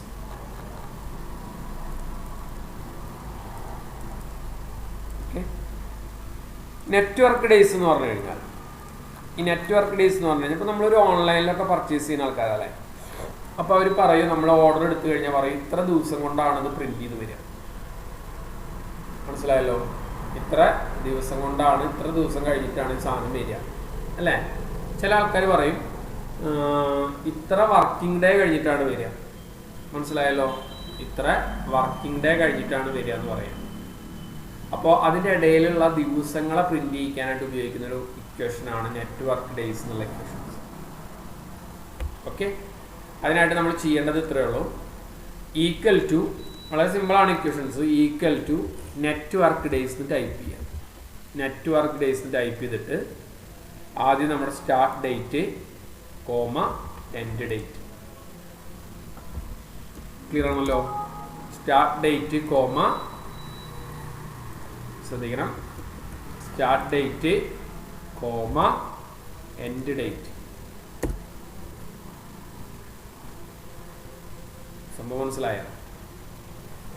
സ്റ്റാർട്ട് ഡേറ്റും എൻഡ് ഡേറ്റും ആണ് ഇവിടെ പ്രിന്റ് ചെയ്യുക. ക്ലിയർ ആണല്ലോ? ഈ ഭാഗം മനസ്സിലായല്ലോ? സ്റ്റാർട്ട് ഡേറ്റും എൻഡ് ഡേറ്റും. ഇനി നമ്മളോട് പറയുകയാണ് ഇതിൻ്റെ ഇടയിൽ കുറച്ച് മുടക്കുണ്ട് എന്ന് പറയാം. നമ്മുടെ ഇടയിൽ ഇതിൻ്റെ ഇടയിൽ കുറച്ച് മുടക്കുണ്ടെന്ന് പറയണം. മുടക്കുണ്ടെന്ന് പറഞ്ഞു കഴിഞ്ഞാൽ ഇവിടെ ശ്രദ്ധിക്കേണ്ടത്, ഈ കാണുന്ന 2 ഡേറ്റുകളുടെ ഇടയിൽ ഇവിടെ കുറച്ച് കമ്പനി കുറച്ച് മുടക്കുകൾ പറഞ്ഞിട്ടുണ്ട്. ഈ മുടക്കുള്ള ദിവസങ്ങൾ അതിൻ്റെ ഉള്ളിൽ നിന്ന് മൈനസ് ചെയ്യാം. മനസ്സിലായല്ലോ? നമ്മൾ പറയില്ലേ 10 വർക്കിംഗ് ഡേയ്സ്, 10 വർക്കിംഗ് ഡേയ്സ് ആണെന്നുണ്ടെങ്കിൽ അതിൻ്റെ ഇടയിൽ ഇപ്പോൾ ഒരു ഞായറാഴ്ച ഉണ്ട്, അതിൻ്റെ ഇടയിൽ ഒരു എന്ത് വന്നു, ഒരു ഓണം വന്നിട്ട് ഓണത്തിന് മുടക്കുന്നുണ്ടെന്ന് വിചാരിക്കുക. അപ്പോൾ ആ ഞായറാഴ്ച അല്ലെങ്കിലും ഓണം വേറെ ദിവസമാണെങ്കിലും ആ മുടക്കുള്ള ദിവസം കൂട്ടണം. ഈ ഞായറാഴ്ച ഒക്കെ കൂട്ടിയിട്ടാണ് നമ്മളിവിടെ എന്ത് ചെയ്യുക, ഡേറ്റ് കണ്ടെത്തുക. മനസ്സിലായല്ലോ? അപ്പോൾ അതിനായിട്ട് ഉപയോഗിക്കുന്നത് ഇത്രയേ ഉള്ളൂ. നോക്കട്ടാ, ഈക്വൽ ടു നെറ്റ്വർക്ക് ഡേയ്സ് എന്ന് ടൈപ്പ് ചെയ്യാം. ബ്രാക്കറ്റിൽ start date, comma, end date, comma, then holidays ഏതെങ്കിലും ഉണ്ടെങ്കിൽ, നമ്മൾ ഏതെങ്കിലും ദിവസങ്ങൾ അതിനുള്ളിൽ മുടക്കാന്നുള്ള മുൻകൂട്ടിയിട്ട് ചെയ്തിട്ടുണ്ടെങ്കിൽ ആ മുൻകൂട്ടിയിട്ടുള്ള ആ ഭാഗം കൂടി നമ്മളിവിടെ ഡ്രാഗ് ചെയ്ത് കൊടുക്കാനായിട്ട് ശ്രമിക്കും. അപ്പോൾ എന്താണ്ടാവുക വെച്ച് കഴിഞ്ഞാൽ അതിൻ്റെ ഇടയിലുള്ള ഗ്യാപ്പുള്ള ദിവസങ്ങളാണെന്ന് വിചാരിക്കുക. ഇപ്പോൾ ഒരു എക്സാമ്പിളായിട്ട് അതിൽ കാണിച്ചിട്ടുണ്ട്, നോക്കി നിങ്ങൾ ഏപ്രിൽ 27 തൊട്ടിട്ട് മെയ് 1 വരെ. മനസ്സിലായ?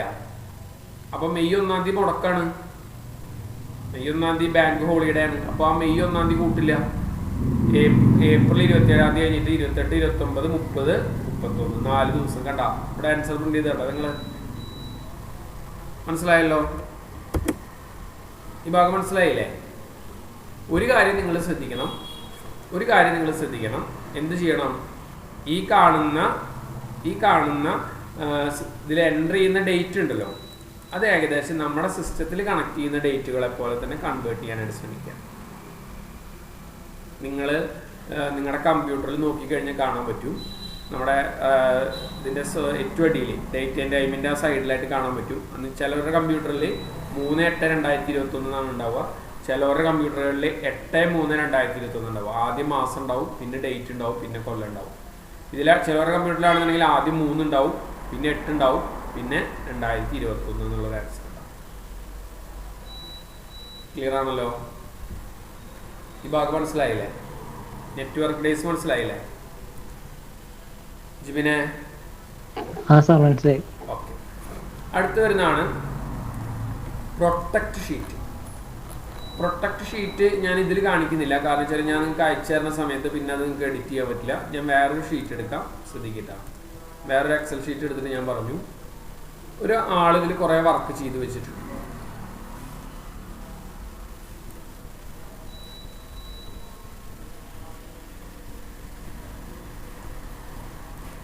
ഇവിടെ അങ്ങനെ കുറച്ച് വർക്ക് ചെയ്ത് വെച്ചിട്ടുണ്ട്.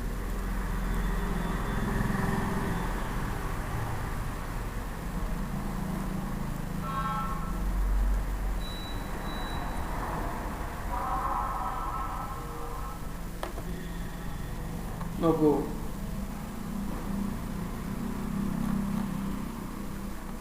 ഇവിടെ ഞാനൊരു വർക്ക് ചെയ്ത് വെച്ചിട്ടുണ്ട്. ഇവിടെ ഒരു വർക്ക് ഞാൻ ചെയ്ത് വെച്ചിട്ടുണ്ട്. ഇതിലെ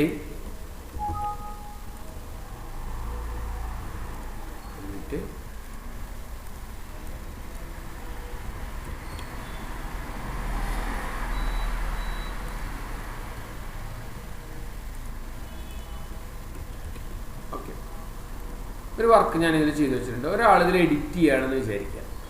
ആരെങ്കിലും ഒരാൾ എഡിറ്റ് ചെയ്യുകയാണെന്ന് വിചാരിക്കാം. എഡിറ്റ് ചെയ്യുകയാണെന്നുണ്ടെങ്കിൽ ഒരു കാര്യം നമ്മൾ ശ്രദ്ധിക്കണം, ഇതിൽ ഇനി ഒരാളും തിരുത്താൻ പാടില്ല. ഈ ഫയലിൽ ഒരാളും തിരുത്താൻ പാടില്ല. നമ്മൾ എക്സലിൽ ഒരു വർക്കൊക്കെ സെറ്റ് ചെയ്ത് വെച്ചിട്ട് ഇനി വേറെ ആളും ഇതിലൊരു മാറ്റം വരുത്താൻ പാടില്ല എന്ന് വിചാരിക്കാം. അപ്പോൾ നമ്മൾ എന്താ ചെയ്യേണ്ടതെന്ന് അറിയാം. അതിനായിട്ട് നമ്മൾ ചെയ്യേണ്ടത് ഇത്രയേ ഉള്ളൂ. നേരെ എന്ത് ചെയ്യാണ്, ഇവിടെ ഡാറ്റ എന്നുള്ള മെനുവിൻ്റെ ഉള്ളിൽ, റിവ്യൂ എന്നുള്ള മെനുവിൻ്റെ ഉള്ളിൽ പ്രൊട്ടക്റ്റ് ഷീറ്റ് എന്നൊരു ഓപ്ഷൻസ് ഉണ്ട്. കണ്ടോ, പ്രൊട്ടക്റ്റ് ഷീറ്റ്. ഇത് ക്ലിക്ക് ചെയ്യുക. ഒരു പാസ്വേഡ് നിങ്ങൾ എൻ്റർ ചെയ്ത് കൊടുക്കും. മനസ്സിലായല്ലോ? അപ്പം ഞാനൊരു പാസ്വേഡ് എൻ്റർ ചെയ്ത് കൊടുക്കും. ഓക്കെ, ഇനി നിങ്ങൾക്ക് എന്ത് ചെയ്യാൻ പറ്റില്ല, ഒരിക്കലും ഇത് എഡിറ്റ് ചെയ്യാനോ ഡിലീറ്റ് ചെയ്യാനോ പറ്റില്ല. കണ്ടോ, മനസ്സിലായല്ലോ? വേറൊരാൾക്ക് ഇതിൻ്റെ മുകളിൽ ഒന്നും എന്ത് ചെയ്യാൻ പറ്റില്ല, എഡിറ്റ് ചെയ്യാനായിട്ട് പറ്റില്ല. ഈ ഫയൽ എഡിറ്റ് ചെയ്യാനായിട്ട് പറ്റില്ല. മനസ്സിലായല്ലോ? ഈ ഭാഗം മനസ്സിലായില്ലേ?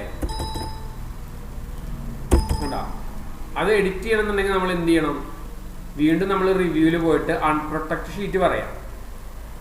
ഈ അൺപ്രൊട്ടക്റ്റ് ഷീറ്റിൽ നമ്മൾ കൊടുത്ത പാസ്വേഡില്ലേ, ആ പാസ്വേഡ് എൻ്റർ ചെയ്ത് കൊടുത്താൽ പിന്നെ നിങ്ങൾക്ക് വേണമെന്നുണ്ടെങ്കിൽ ഇത് എഡിറ്റ് ചെയ്യാനായിട്ട് പറ്റും.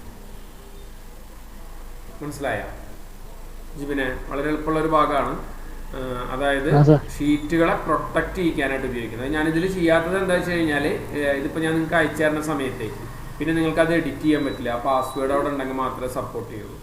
അപ്പോൾ നിങ്ങൾ വേറെ ഷീറ്റിൽ ചെയ്താൽ മതി. സ്ക്രീൻ കണ്ടുകൊണ്ട് നിങ്ങൾ ഇത് ചെയ്യുക. ഇതിൽ പ്രൊട്ടക്ഷനും അൺപ്രൊട്ടക്റ്റ് ഷീറ്റും. മനസ്സിലായില്ലേ? അതോടെ ഞാനൊരു പാസ്വേഡ് എൻ്റർ ചെയ്ത് കൊടുത്തു കഴിഞ്ഞാൽ പ്രൊട്ടക്ഷൻ അൺപ്രൊട്ടക്ഷനായിട്ട് മാറും. ചിലപ്പോൾ ഈ ഷീറ്റിൽ നിങ്ങൾക്ക് ചെയ്യാൻ പറ്റില്ല. അത് ചിലപ്പോൾ മുന്നേ ചെയ്തിട്ടുള്ള ഷീറ്റാവും.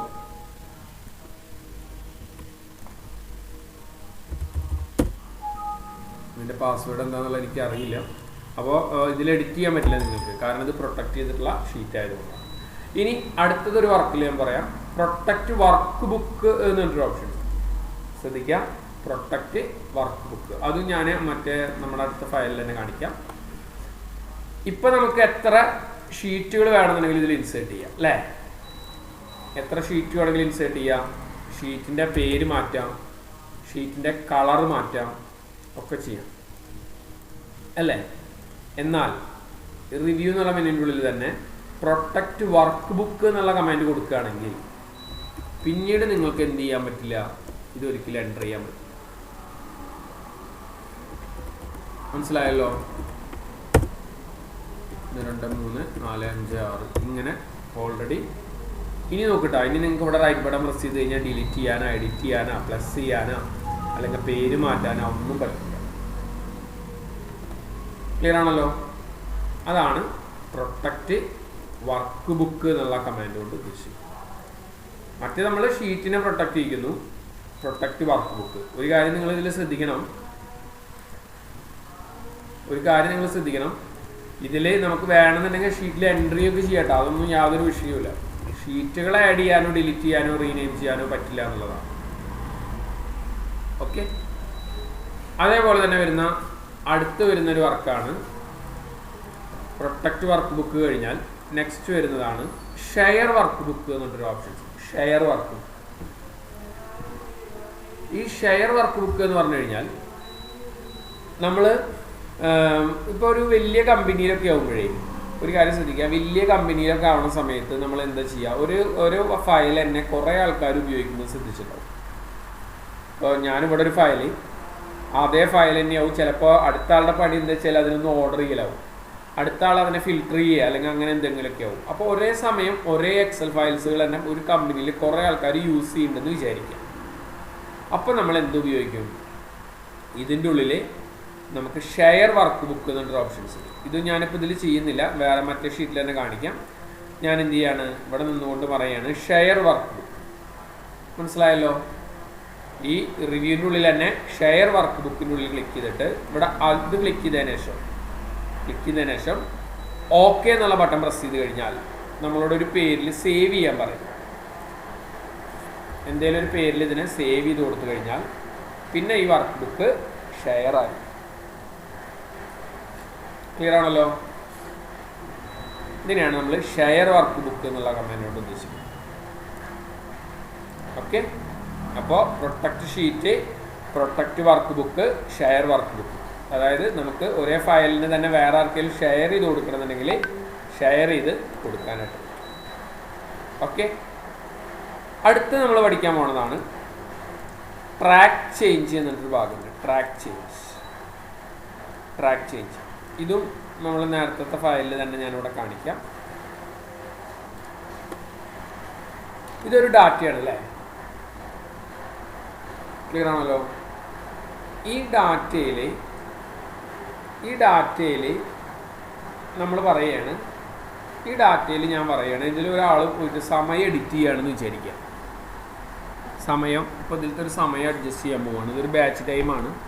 അപ്പോൾ ഇതിലൊരു നമ്മളൊരു അഡ്വാൻസ്ഡ് എക്സലിൻ്റെ അടുത്തൊരു ബാച്ച് അവർ അനൗൺസ് ചെയ്തിട്ടുള്ളത്. ഇവിടെ അഡ്വാൻസ്ഡ് എക്സലിൻ്റെ അടുത്തൊരു ബാച്ച് അനൗൺസ് ചെയ്തിട്ടുള്ളത് ഇവിടെ നോക്കൂ, 4 ആഗസ്റ്റ് അല്ലേ? 4 ആഗസ്റ്റ് 2021 എന്നുള്ളതിലാണ് ഇതിൻ്റെ ലാസ്റ്റ് ഡേറ്റ്. രജിസ്ട്രേഷൻ്റെ ലാസ്റ്റ് ഡേറ്റ് 4-ാം തീയതി വരെയാണെന്നുള്ളത് തന്നിട്ടുള്ളത്. അപ്പോൾ ഇത് പെട്ടെന്ന് ഒരാൾ വന്നിട്ട് ഈ 4 എന്നുള്ളതിന് പകരം അവരെന്ത് ചെയ്യാണ്, ഇവിടെ നിന്നുകൊണ്ട് ഇതൊന്ന് എഡിറ്റ് ചെയ്യുകയാണെന്ന് വിചാരിക്കാം. ആരെങ്കിലും ഒന്ന് ജസ്റ്റ് എഡിറ്റ് ചെയ്യുകയാണെന്ന് വിചാരിക്കാം. അപ്പോൾ ഞാനിതൊന്ന് കോപ്പി ചെയ്യട്ടെ. നമുക്ക്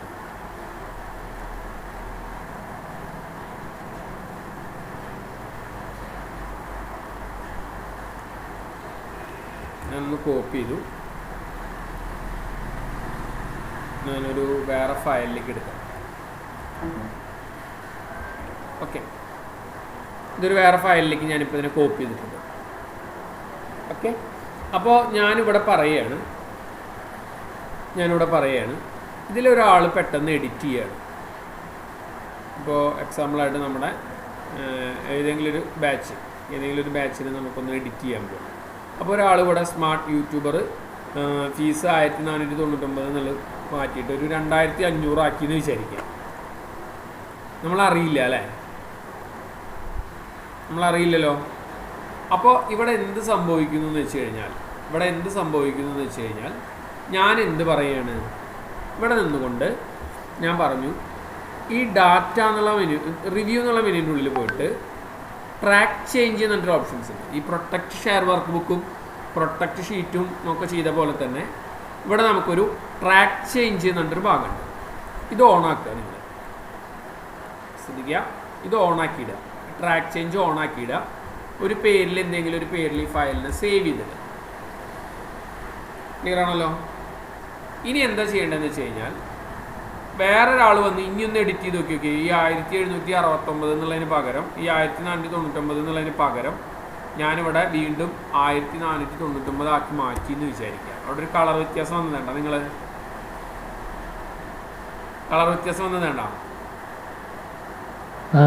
സംഭവം മനസ്സിലായോ? അവിടെ എഡിറ്റ് ആയിട്ടാണ്. ഇപ്പോൾ ഇവിടെ നമ്മൾ പറയുകയാണെങ്കിൽ 15 എന്നുള്ളതിന് പകരം ഒരു 35 കൊടുത്തു കഴിഞ്ഞാൽ അവിടെ ഒരു കളർ വ്യത്യാസം വന്നത് വേണ്ട. അല്ലെങ്കിൽ ഏതെങ്കിലും ഒരു ഭാഗം നമ്മൾ ഡിലീറ്റ് ചെയ്ത് കളഞ്ഞിട്ടുണ്ടെന്നുണ്ടെങ്കിൽ അവിടെ ഓട്ടോമാറ്റിക്കായിട്ട് എന്ത് ചെയ്യും, ഒരു കളർ വ്യത്യാസം അവിടെ കാണിക്കും. സംഭവം മനസ്സിലായ?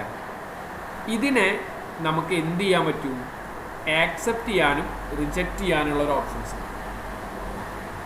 ആക്സെപ്റ്റ് ചെയ്യാനും റിജക്റ്റ് ചെയ്യാനുള്ള ഒരു ഓപ്ഷൻസ് ഉണ്ട്. അപ്പോൾ ആ ട്രാക്ക് ചേഞ്ചിൻ്റെ ഉള്ളിൽ തന്നെ കാണാം ആക്സെപ്റ്റ് അല്ലെങ്കിൽ റിജക്റ്റ് എന്നുള്ളൊരു ഭാഗം കാണാം. അത് ഓക്കെ അടിച്ചു കൊടുത്തു കഴിഞ്ഞാൽ നമ്മളോട് ചോദിക്കും, കുറേ ആക്സെപ്റ്റ് നടന്നിട്ടുണ്ട്, അത് ആക്സെപ്റ്റ് ചെയ്യണമെന്നുണ്ടെങ്കിൽ നിങ്ങൾക്ക് ആക്സെപ്റ്റ് ഓൾ യൂസ് ചെയ്യാം. മറിച്ച് റിജക്റ്റ് ഓൾ ആണെന്നുണ്ടെങ്കിൽ ഒക്കെ പഴയ പോലെ ആയിട്ട് മാറും. മനസ്സിലായ?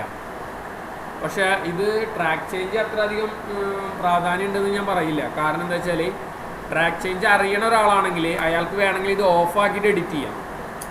ഇത് ഓണാക്കിയിട്ട് എഡിറ്റ് ചെയ്യണ പോലെ അയാൾക്ക് വേണമെന്നുണ്ടെങ്കിൽ ഇവിടെ വന്നിട്ട് ഇത് ഓഫാക്കിയിട്ട് എഡിറ്റ് ചെയ്യാം. ഓക്കെ, ഓഫാക്കിയിട്ട് അയാൾക്ക് വേണമെന്നുണ്ടെങ്കിൽ ഇവിടെ എഡിറ്റ് ചെയ്യാം. മനസ്സിലായല്ലോ? എന്നിട്ട് വേണമെന്നുണ്ടെങ്കിൽ അയാൾക്ക് വീണ്ടും ഓണാക്കിയിടാം. അപ്പം അതറിയില്ല. ഞാൻ പറഞ്ഞ മനസ്സിലായ ജിബിനെ? അപ്പോൾ രണ്ടാൾക്കും ട്രാക്ക് ചേഞ്ച് അറിയുന്ന ഒരാളാണെന്നുണ്ടെങ്കിൽ അവർക്ക് വേണമെന്നുണ്ടെങ്കിൽ ഇങ്ങനെ ചെയ്യാം. മറിച്ച് അറിയാത്ത ഒരാളാണെന്നുണ്ടെങ്കിലൊക്കെ നമുക്ക് ഈ വേണമെന്നുണ്ടെങ്കിൽ ഈ ഓപ്ഷൻസ് യൂസ് ചെയ്യാം. പക്ഷേ നമ്മൾ മെയിനായിട്ട് യൂസ് ചെയ്യുന്നത് പ്രൊട്ടക്റ്റ് ചെയ്യുക എന്നുള്ളത്, പാസ്വേഡ് കൊടുത്ത് പ്രൊട്ടക്റ്റ് ചെയ്യുക എന്നുള്ളത് മാത്രമാണ് നമ്മൾ ഇതിലൂടെ ഉദ്ദേശിക്കുന്നത്. ക്ലിയർ ആണല്ലോ? ഈ ഭാഗം മനസ്സിലായില്ലേ? അനുശ്രീക്ക് മനസ്സിലായില്ലേ? അനുശ്രീ, നമുക്ക് ഈ ക്ലാസ് ഇങ്ങനെ ബോറടിക്കണമെന്നില്ലല്ലോ. കാരണം കുറേ ഇക്വേഷൻസിലൂടെ ബേസ് ചെയ്ത് പോണ കാരണമാണ് കേട്ടോ. വർക്ക് ബേസ് ചെയ്ത് പറയാൻ പറ്റാത്തത് കൊണ്ടാണ് ഈ ഫോർമുലാസുകളൊക്കെ ഇങ്ങനെ തന്നെ കൊണ്ടുപോയാലേ നമുക്കത് മനസ്സിലാവുള്ളൂ. അതുകൊണ്ടാണ് ഞാനത് അങ്ങനെ പറയുന്നത്. ഓക്കെ, അപ്പോൾ ഇത്രയും കാര്യങ്ങളാണ് നമ്മൾ ഇന്ന് എടുത്തതിൽ ആർക്കെങ്കിലും ഡൗട്ട് ഉണ്ടെന്നുണ്ടെങ്കിൽ ചോദിക്കുക. ഒന്ന് ഓറ് പറഞ്ഞു, കൗണ്ട് ഇഫ് പറഞ്ഞു, ആവറേജ് ഇഫ് പറഞ്ഞു, ഡി സം പറഞ്ഞു, ഡി ആവറേജ് പറഞ്ഞു, ഡി മാക്സിമം പറഞ്ഞു, ഡി മിനിമം പറഞ്ഞു, forecast, network days, protect sheet, protect work book, share work book, track change. ചോദിച്ചോളൂ. ഈ ട്രാക്ക് ചേഞ്ച് ചെയ്യുമ്പോഴേ നമ്മൾ പാസ്വേഡ് കൊടുത്താൽ മാത്രമല്ലേ വേറൊരാൾക്ക് അറിയാവുന്ന ഒരാളാണെങ്കിൽ അതിന് ചെയ്യാതിരിക്കാൻ പറ്റുള്ളൂ? അതെ അതെ അതെ. അല്ലെങ്കിൽ പുള്ളിക്ക് തിരുത്താൻ പറ്റൂല? തിരുത്താൻ പറ്റും. ട്രാക്ക് ചേഞ്ച് അത്രയും അതിപ്പോ നമ്മളിപ്പോ കമ്പനി ബേസ് ചെയ്യുന്നതാണോ ഇത് ചെയ്യുന്നത്? കമ്പനി ബേസ് ചെയ്യുമ്പോൾ അതായത് ആരെങ്കിലും ട്രാക്ക് ചേഞ്ച് ചെയ്തിട്ടുണ്ടോ എന്ന് പെട്ടെന്ന് ഒരു ഒറ്റ നോട്ടത്തിലൊക്കെ അറിയണമെന്നുണ്ടെങ്കിൽ നമുക്ക് ട്രാക്ക് ചേഞ്ച് ഓൺ ആക്കിയിട്ട് പോയാൽ മതി. മറിച്ച് ഇതിന്റെ ദോഷം എന്താ വെച്ച് കഴിഞ്ഞാൽ, ഇപ്പോൾ ഞാൻ ജിബിനെ ട്രാക്ക് ചേഞ്ച് പഠിപ്പിച്ചു, അനുശ്രീനും ട്രാക്ക് ചേഞ്ച് പഠിപ്പിച്ചു. അപ്പോൾ രണ്ടാളൊരു കമ്പനിയിൽ തന്നെ വർക്ക് ചെയ്യണമെന്ന് വിചാരിക്കുക. അപ്പോൾ ജിബിൻ എന്ത് ചെയ്തു, ഒന്ന് പുറത്തേക്ക് പോകുന്ന സമയത്ത് എക്സൽ ഷീറ്റിൽ ട്രാക്ക് ചേഞ്ച് ഓൺ ആക്കിയിട്ടിട്ട് പോയി. ജിബിൻ ഉദ്ദേശിക്കുന്നത് എന്താ വെച്ചാൽ ഇതിൻ്റെ ഉള്ളിൽ വേറെ ആരെങ്കിലും എഡിറ്റ് ചെയ്ത് കഴിഞ്ഞാൽ അറിയണം എന്നുള്ളൊരു ധാരണയോട് കൂടിയിട്ടാണ് ജിബിൻ പോയത്. അപ്പം ഞാൻ എന്ത് ചെയ്തു, ഞാൻ ആ കമ്പനിയിൽ ഞാനുണ്ട്, ഞാൻ വന്നിട്ട് എന്ത് ചെയ്തു, എനിക്ക് മനസ്സിലായി നീ ഇത് ട്രാക്ക് ചേഞ്ച് ഓൺ ആക്കിയിട്ട് പോയിട്ടുണ്ടെന്ന് വിചാരിച്ചിട്ട് ഞാൻ ആദ്യം പോയിട്ട് ട്രാക്ക് ചേഞ്ച് ഓഫാക്കി. ഞാൻ ഓഫാക്കി, എന്നിട്ട് ഞാൻ എഡിറ്റ് ചെയ്തിട്ട് ഞാനത് ഓൺ ആക്കിയിട്ടിട്ട് പോയി എന്ന് വിചാരിക്കുക. മനസ്സിലായ? അപ്പൊ ജിബി വന്ന് നോക്കണ സമയത്ത് ട്രാക്ക് ചേഞ്ച് ഓൺ ആണ്, ആരും എഡിറ്റ് ചെയ്തൊന്നും കാണാനുമില്ല. പക്ഷെ എന്ത് സംഭവിക്കും, ജിബിന്റെ റിപ്പോർട്ട് തെറ്റാവുക. കാരണം എന്താ, ഞാനത് ട്രാക്ക് ചേഞ്ച് ഓഫ് ആക്കിയിട്ട് എഡിറ്റ് ചെയ്തിട്ട് ഓൺ ആക്കിയിട്ടിട്ട് പോയി. മനസ്സിലായ? അപ്പൊ ഞാൻ പഠിപ്പിച്ച രണ്ടാൾ, ഇപ്പൊ ഞാനും ജിബിനെ ഞാൻ പഠിപ്പിച്ചിട്ടുണ്ടായിരുന്നു. അപ്പൊ ജിബിന്റെ വിചാരം അത് വേറെ ആരും ചെയ്യില്ല എന്നുള്ളൊരു ധാരണയിൽ ജിബിൻ പോയി. അപ്പൊ ഞാൻ വന്നു, അത് ട്രാക്ക് ചേഞ്ച് കമ്പ്യൂട്ടറിൽ നിന്ന് ഓഫ് ആക്കിയിട്ട് ഞാൻ അതിലൊരു നമ്പർ എഡിറ്റ് ചെയ്തു. എന്നിട്ട് ഞാൻ നീ വരുമ്പോൾ അത് അറിയാൻ വേണ്ടിയിട്ട് ട്രാക്ക് ചേഞ്ച് ഓൺ ആക്കി വെച്ചിട്ട് പോയി എന്ന് വിചാരിക്കും. അപ്പൊ നിനക്ക് കണ്ടെത്താൻ പറ്റില്ല അത്. മനസ്സിലായ? അപ്പൊ നീ എന്ത് ചെയ്യണം, എപ്പോഴും പാസ്വേഡ് കൊടുത്ത് പ്രൊട്ടക്ട് ചെയ്യാനായിട്ട് ശ്രമിക്കണം. മനസ്സിലായില്ലേ? ആ പാസ്വേഡ് കൊടുത്ത് പ്രൊട്ടക്ട് ചെയ്ത് കഴിഞ്ഞാൽ മാത്രമാണ് എന്ത് ചെയ്യാൻ പറ്റുള്ളൂ. അപ്പൊ നീ കൊടുക്കുന്ന പാസ്വേഡ് നിനക്ക് മാത്രമേ അറിയുള്ളൂ, എനിക്ക് ഞാൻ വന്ന് നോക്കിയിട്ട് കാര്യമില്ല. സംഭവം മനസ്സിലായില്ലേ? അങ്ങനെ നിങ്ങൾക്ക് പ്രൊട്ടക്ട് ചെയ്യിക്കാനായിട്ട് പറ്റും, ഫയലുകളെ പ്രൊട്ടക്ട് ചെയ്ത് കൊടുക്കാനായിട്ട് പറ്റും. ക്ലിയർ ആണല്ലോ? ഇതിൽ ഈ ഫോർകാസ്റ്റിന്റെ അവിടെ നമ്മൾ ഈ ഇക്വേഷൻ ചെയ്യണതിന് പകരം നിങ്ങൾ ഒന്ന് ശ്രദ്ധിക്കട്ടോ. ഈ ഇക്വേഷൻ ചെയ്യണതിന് പകരം നിങ്ങൾക്ക് വേണമെന്നുണ്ടെങ്കിൽ ശ്രദ്ധിക്കാം, ഞാനിവിടെ ഒരു പുതിയ ഷീറ്റും കൂടി ഇൻസേർട്ട് ചെയ്യുന്നുണ്ട്. ഇത് ഫോർകാസ്റ്റ് തന്നെയാണ്.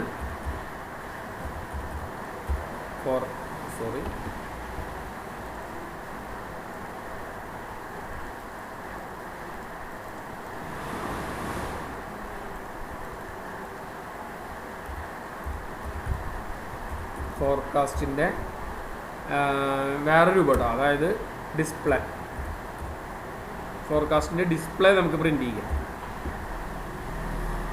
എന്താ സംഭവിച്ചാൽ ഞാനിപ്പോൾ ഇവിടെ ഈ മാറ്റർ ഞാനിവിടെ കോപ്പി പേസ്റ്റ് ചെയ്തിട്ടുണ്ട്. നേരത്തെ നമ്മൾ ഇക്വേഷൻസിലൂടെ അല്ലേ ചെയ്തത്?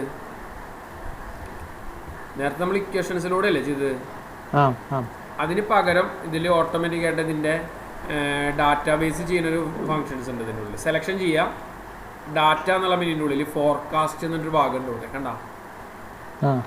ഇങ്ങനെ നിങ്ങൾക്ക് ഫോർകാസ്റ്റ് പ്രിന്റ് ചെയ്യിക്കാം. മനസ്സിലായ? നേരത്തെ നമ്മൾ ഇക്വേഷൻസിലൂടെ അല്ലേ ഫോർകാസ്റ്റ് ചെയ്തത്. ഇത് നമുക്ക് വേണമെന്നുണ്ടെങ്കിൽ ഇപ്പോൾ ഞാൻ പറയുകയാണ്, എനിക്ക് എന്ത് ചെയ്യാണ്, ഇവിടെ 8 എണ്ണം വരെ കൊടുത്തിട്ടുള്ളത്. ഞാൻ പറഞ്ഞു എന്തെന്നൊരു 13 എണ്ണം വരെയാണെന്നുണ്ടെങ്കിൽ അതിൻ്റെ ഫോർകാസ്റ്റ്, അതായത് 1 തൊട്ടിട്ട് 6 വരെയുള്ള ഡാറ്റ ഇവിടെ ഓൾറെഡി ഉണ്ട്, കണ്ട? നീല കളറിൽ വന്നിട്ടുണ്ട്. പിന്നെ 13 വരെയുള്ള എണ്ണം നമ്മളിവിടെ കൗണ്ട് ചെയ്തിട്ടുണ്ട്. അപ്പോൾ ഞാൻ ഇവിടെ നിന്ന് തൊട്ടിട്ട് 13 വരെയുള്ള എണ്ണം, അതായത് ഇങ്ങനെ കൂടി പോണതാ കണ്ട? കടും ഓറഞ്ചിൽ കണ്ടില്ലേ? അതിവിടെ ഇങ്ങനെ നമ്മൾ രേഖപ്പെടുത്തിയിട്ടുണ്ട്. ഒപ്പം തന്നെ ഇനി എന്തെങ്കിലും വലിയ മാറ്റങ്ങൾ വരികയാണെന്നുണ്ടെങ്കിൽ ഇതിങ്ങനെ മേലെ കൂടെ പോകും. ആ ഭാഗം ഒന്നുകൂടി ഡെവലപ്പ് ചെയ്ത് പോവുകയാണെങ്കിൽ മേലെ കൂടെ പോകും. അതൊന്ന് കുറഞ്ഞു പോവുകയാണെന്നുണ്ടെങ്കിൽ അടിയിൽ കൂടെ പോകും. മനസ്സിലായ? ഇത്രയും കൊടുത്തിട്ട് നമ്മളിതിനെ ക്രിയേറ്റ് എന്ന് കൊടുത്തു കഴിഞ്ഞാലും ഓട്ടോമാറ്റിക്കായിട്ട് ഫോർകാസ്റ്റ് റിപ്പോർട്ട് അവിടെ പ്രിന്റ് ചെയ്യും, കണ്ട? മറ്റേ നമ്മൾ ഫോർമുലകളിലൂടെ ചെയ്തു, മനസ്സിലായല്ലോ? ഫോർമുലകളിലൂടെ ചെയ്തു. ഇത് നമ്മൾ ആ ഡിസ്പ്ലേ രൂപത്തിൽ ചെയ്തു, കണ്ട? ആദ്യത്തെ 1 തൊട്ടിട്ട് 6 വരെ ഓൾറെഡി ഇത്രയായിരുന്നു. പിന്നെ 7 തൊട്ടിട്ട് നമുക്ക് കൂടുകയാണെന്നുണ്ടെങ്കിൽ ഇത്ര, കുറയുകയാണെന്നുണ്ടെങ്കിൽ ഇത്ര, നോർമലായിട്ട് പോവുകയാണെന്നുണ്ടെങ്കിൽ ഏകദേശം ഇത്ര. മനസ്സിലായല്ലോ? ഈ ഭാഗം മനസ്സിലായില്ലേ? ഇത് ഫോർകാസ്റ്റ്, ഇത് കുറയുകയാണെന്നുണ്ടെങ്കിൽ, ഇത് കൂടുകയാണെന്നുണ്ടെങ്കിൽ. ക്ലിയർ അല്ലേ? അതായത് ഈ സംഭവം 5292 വരെ പോവാം. ഈ ചാർട്ട് നോക്കിയാൽ നിങ്ങൾക്ക് മനസ്സിലാവും, കണ്ട? ഇതാണ് നമ്മുടെ ഫോർകാസ്റ്റ്. ഇത് വേണമെന്നുണ്ടെങ്കിൽ ഇങ്ങനെ കയറി പോവാം, അല്ലെങ്കിൽ കുറയുകയാണെന്നുണ്ടെങ്കിൽ ഇങ്ങനെ കുറഞ്ഞു വരാം. ഇത് നമ്മൾ ചെയ്യണത് ഡാറ്റയിൽ ഫോർകാസ്റ്റ് എന്നുള്ള ഭാഗത്താണ്. മനസ്സിലായല്ലോ? ക്ലിയർ അല്ലേ? മറ്റേത് നമ്മൾ ഇക്വേഷൻസ് വെച്ചിട്ട് ചെയ്തു, ഇത് ഓട്ടോമാറ്റിക്കായിട്ട് മെനു ബേസിൽ പോയിട്ട് ചെയ്തു. ഓക്കെ സർ, ക്ലിയർ അല്ലേ? ഓക്കെ, അപ്പോൾ ഞാനിതിനെ സേവ് ചെയ്യാം. ഫയലുകളെ ഞാൻ നിങ്ങൾക്ക് അയച്ചു തരാം. എനിക്ക് ചെറിയൊരു അലർജി ഉണ്ട്, അതുകൊണ്ടാണ് ഒരു മിനിറ്റ് ഒന്ന് പോയത് കേട്ടോ. തുമ്പൽ വന്നു കഴിഞ്ഞാലേ പിന്നെ നിൽക്കില്ല, കുറച്ച് സമയം ചെറിയൊരു ബുദ്ധിമുട്ടുണ്ടാവും. ഒരു പൊടിയിലൊരു അലർജിയാണ്, അപ്പോൾ അത് ഇന്ന് ഉണ്ട്. അപ്പോൾ അത് കാരണം ഇങ്ങനെ ഇടയ്ക്കിടയ്ക്ക് ഇങ്ങനെ ഒരു ചെറിയ ബുദ്ധിമുട്ടുണ്ടായിരുന്നത്. ഓക്കെ, എന്തായാലും മനസ്സിലായെന്ന് വിചാരിക്കുന്നു. കുഴപ്പമൊന്നുമില്ലല്ലോ, ഞാൻ പറഞ്ഞ ഭാഗങ്ങളൊക്കെ ക്ലിയർ ആണല്ലോ? കുറച്ചിങ്ങനെ ടഫായിട്ടുള്ളൊരു ഭാഗമാണ്, കുറച്ച് ഇക്വേഷൻസുകളൊക്കെ ആയ കാരണം. അതുകൊണ്ട് മനസ്സിലാക്കിയാൽ വളരെ പെട്ടെന്ന് ചെയ്യാൻ പറ്റും കേട്ടോ. ഞാനിത് മെയിൽ ചെയ്ത് തരാം, ഒരു മിനിറ്റ് ഒന്ന് സ്റ്റോപ്പ് ചെയ്യട്ടെ.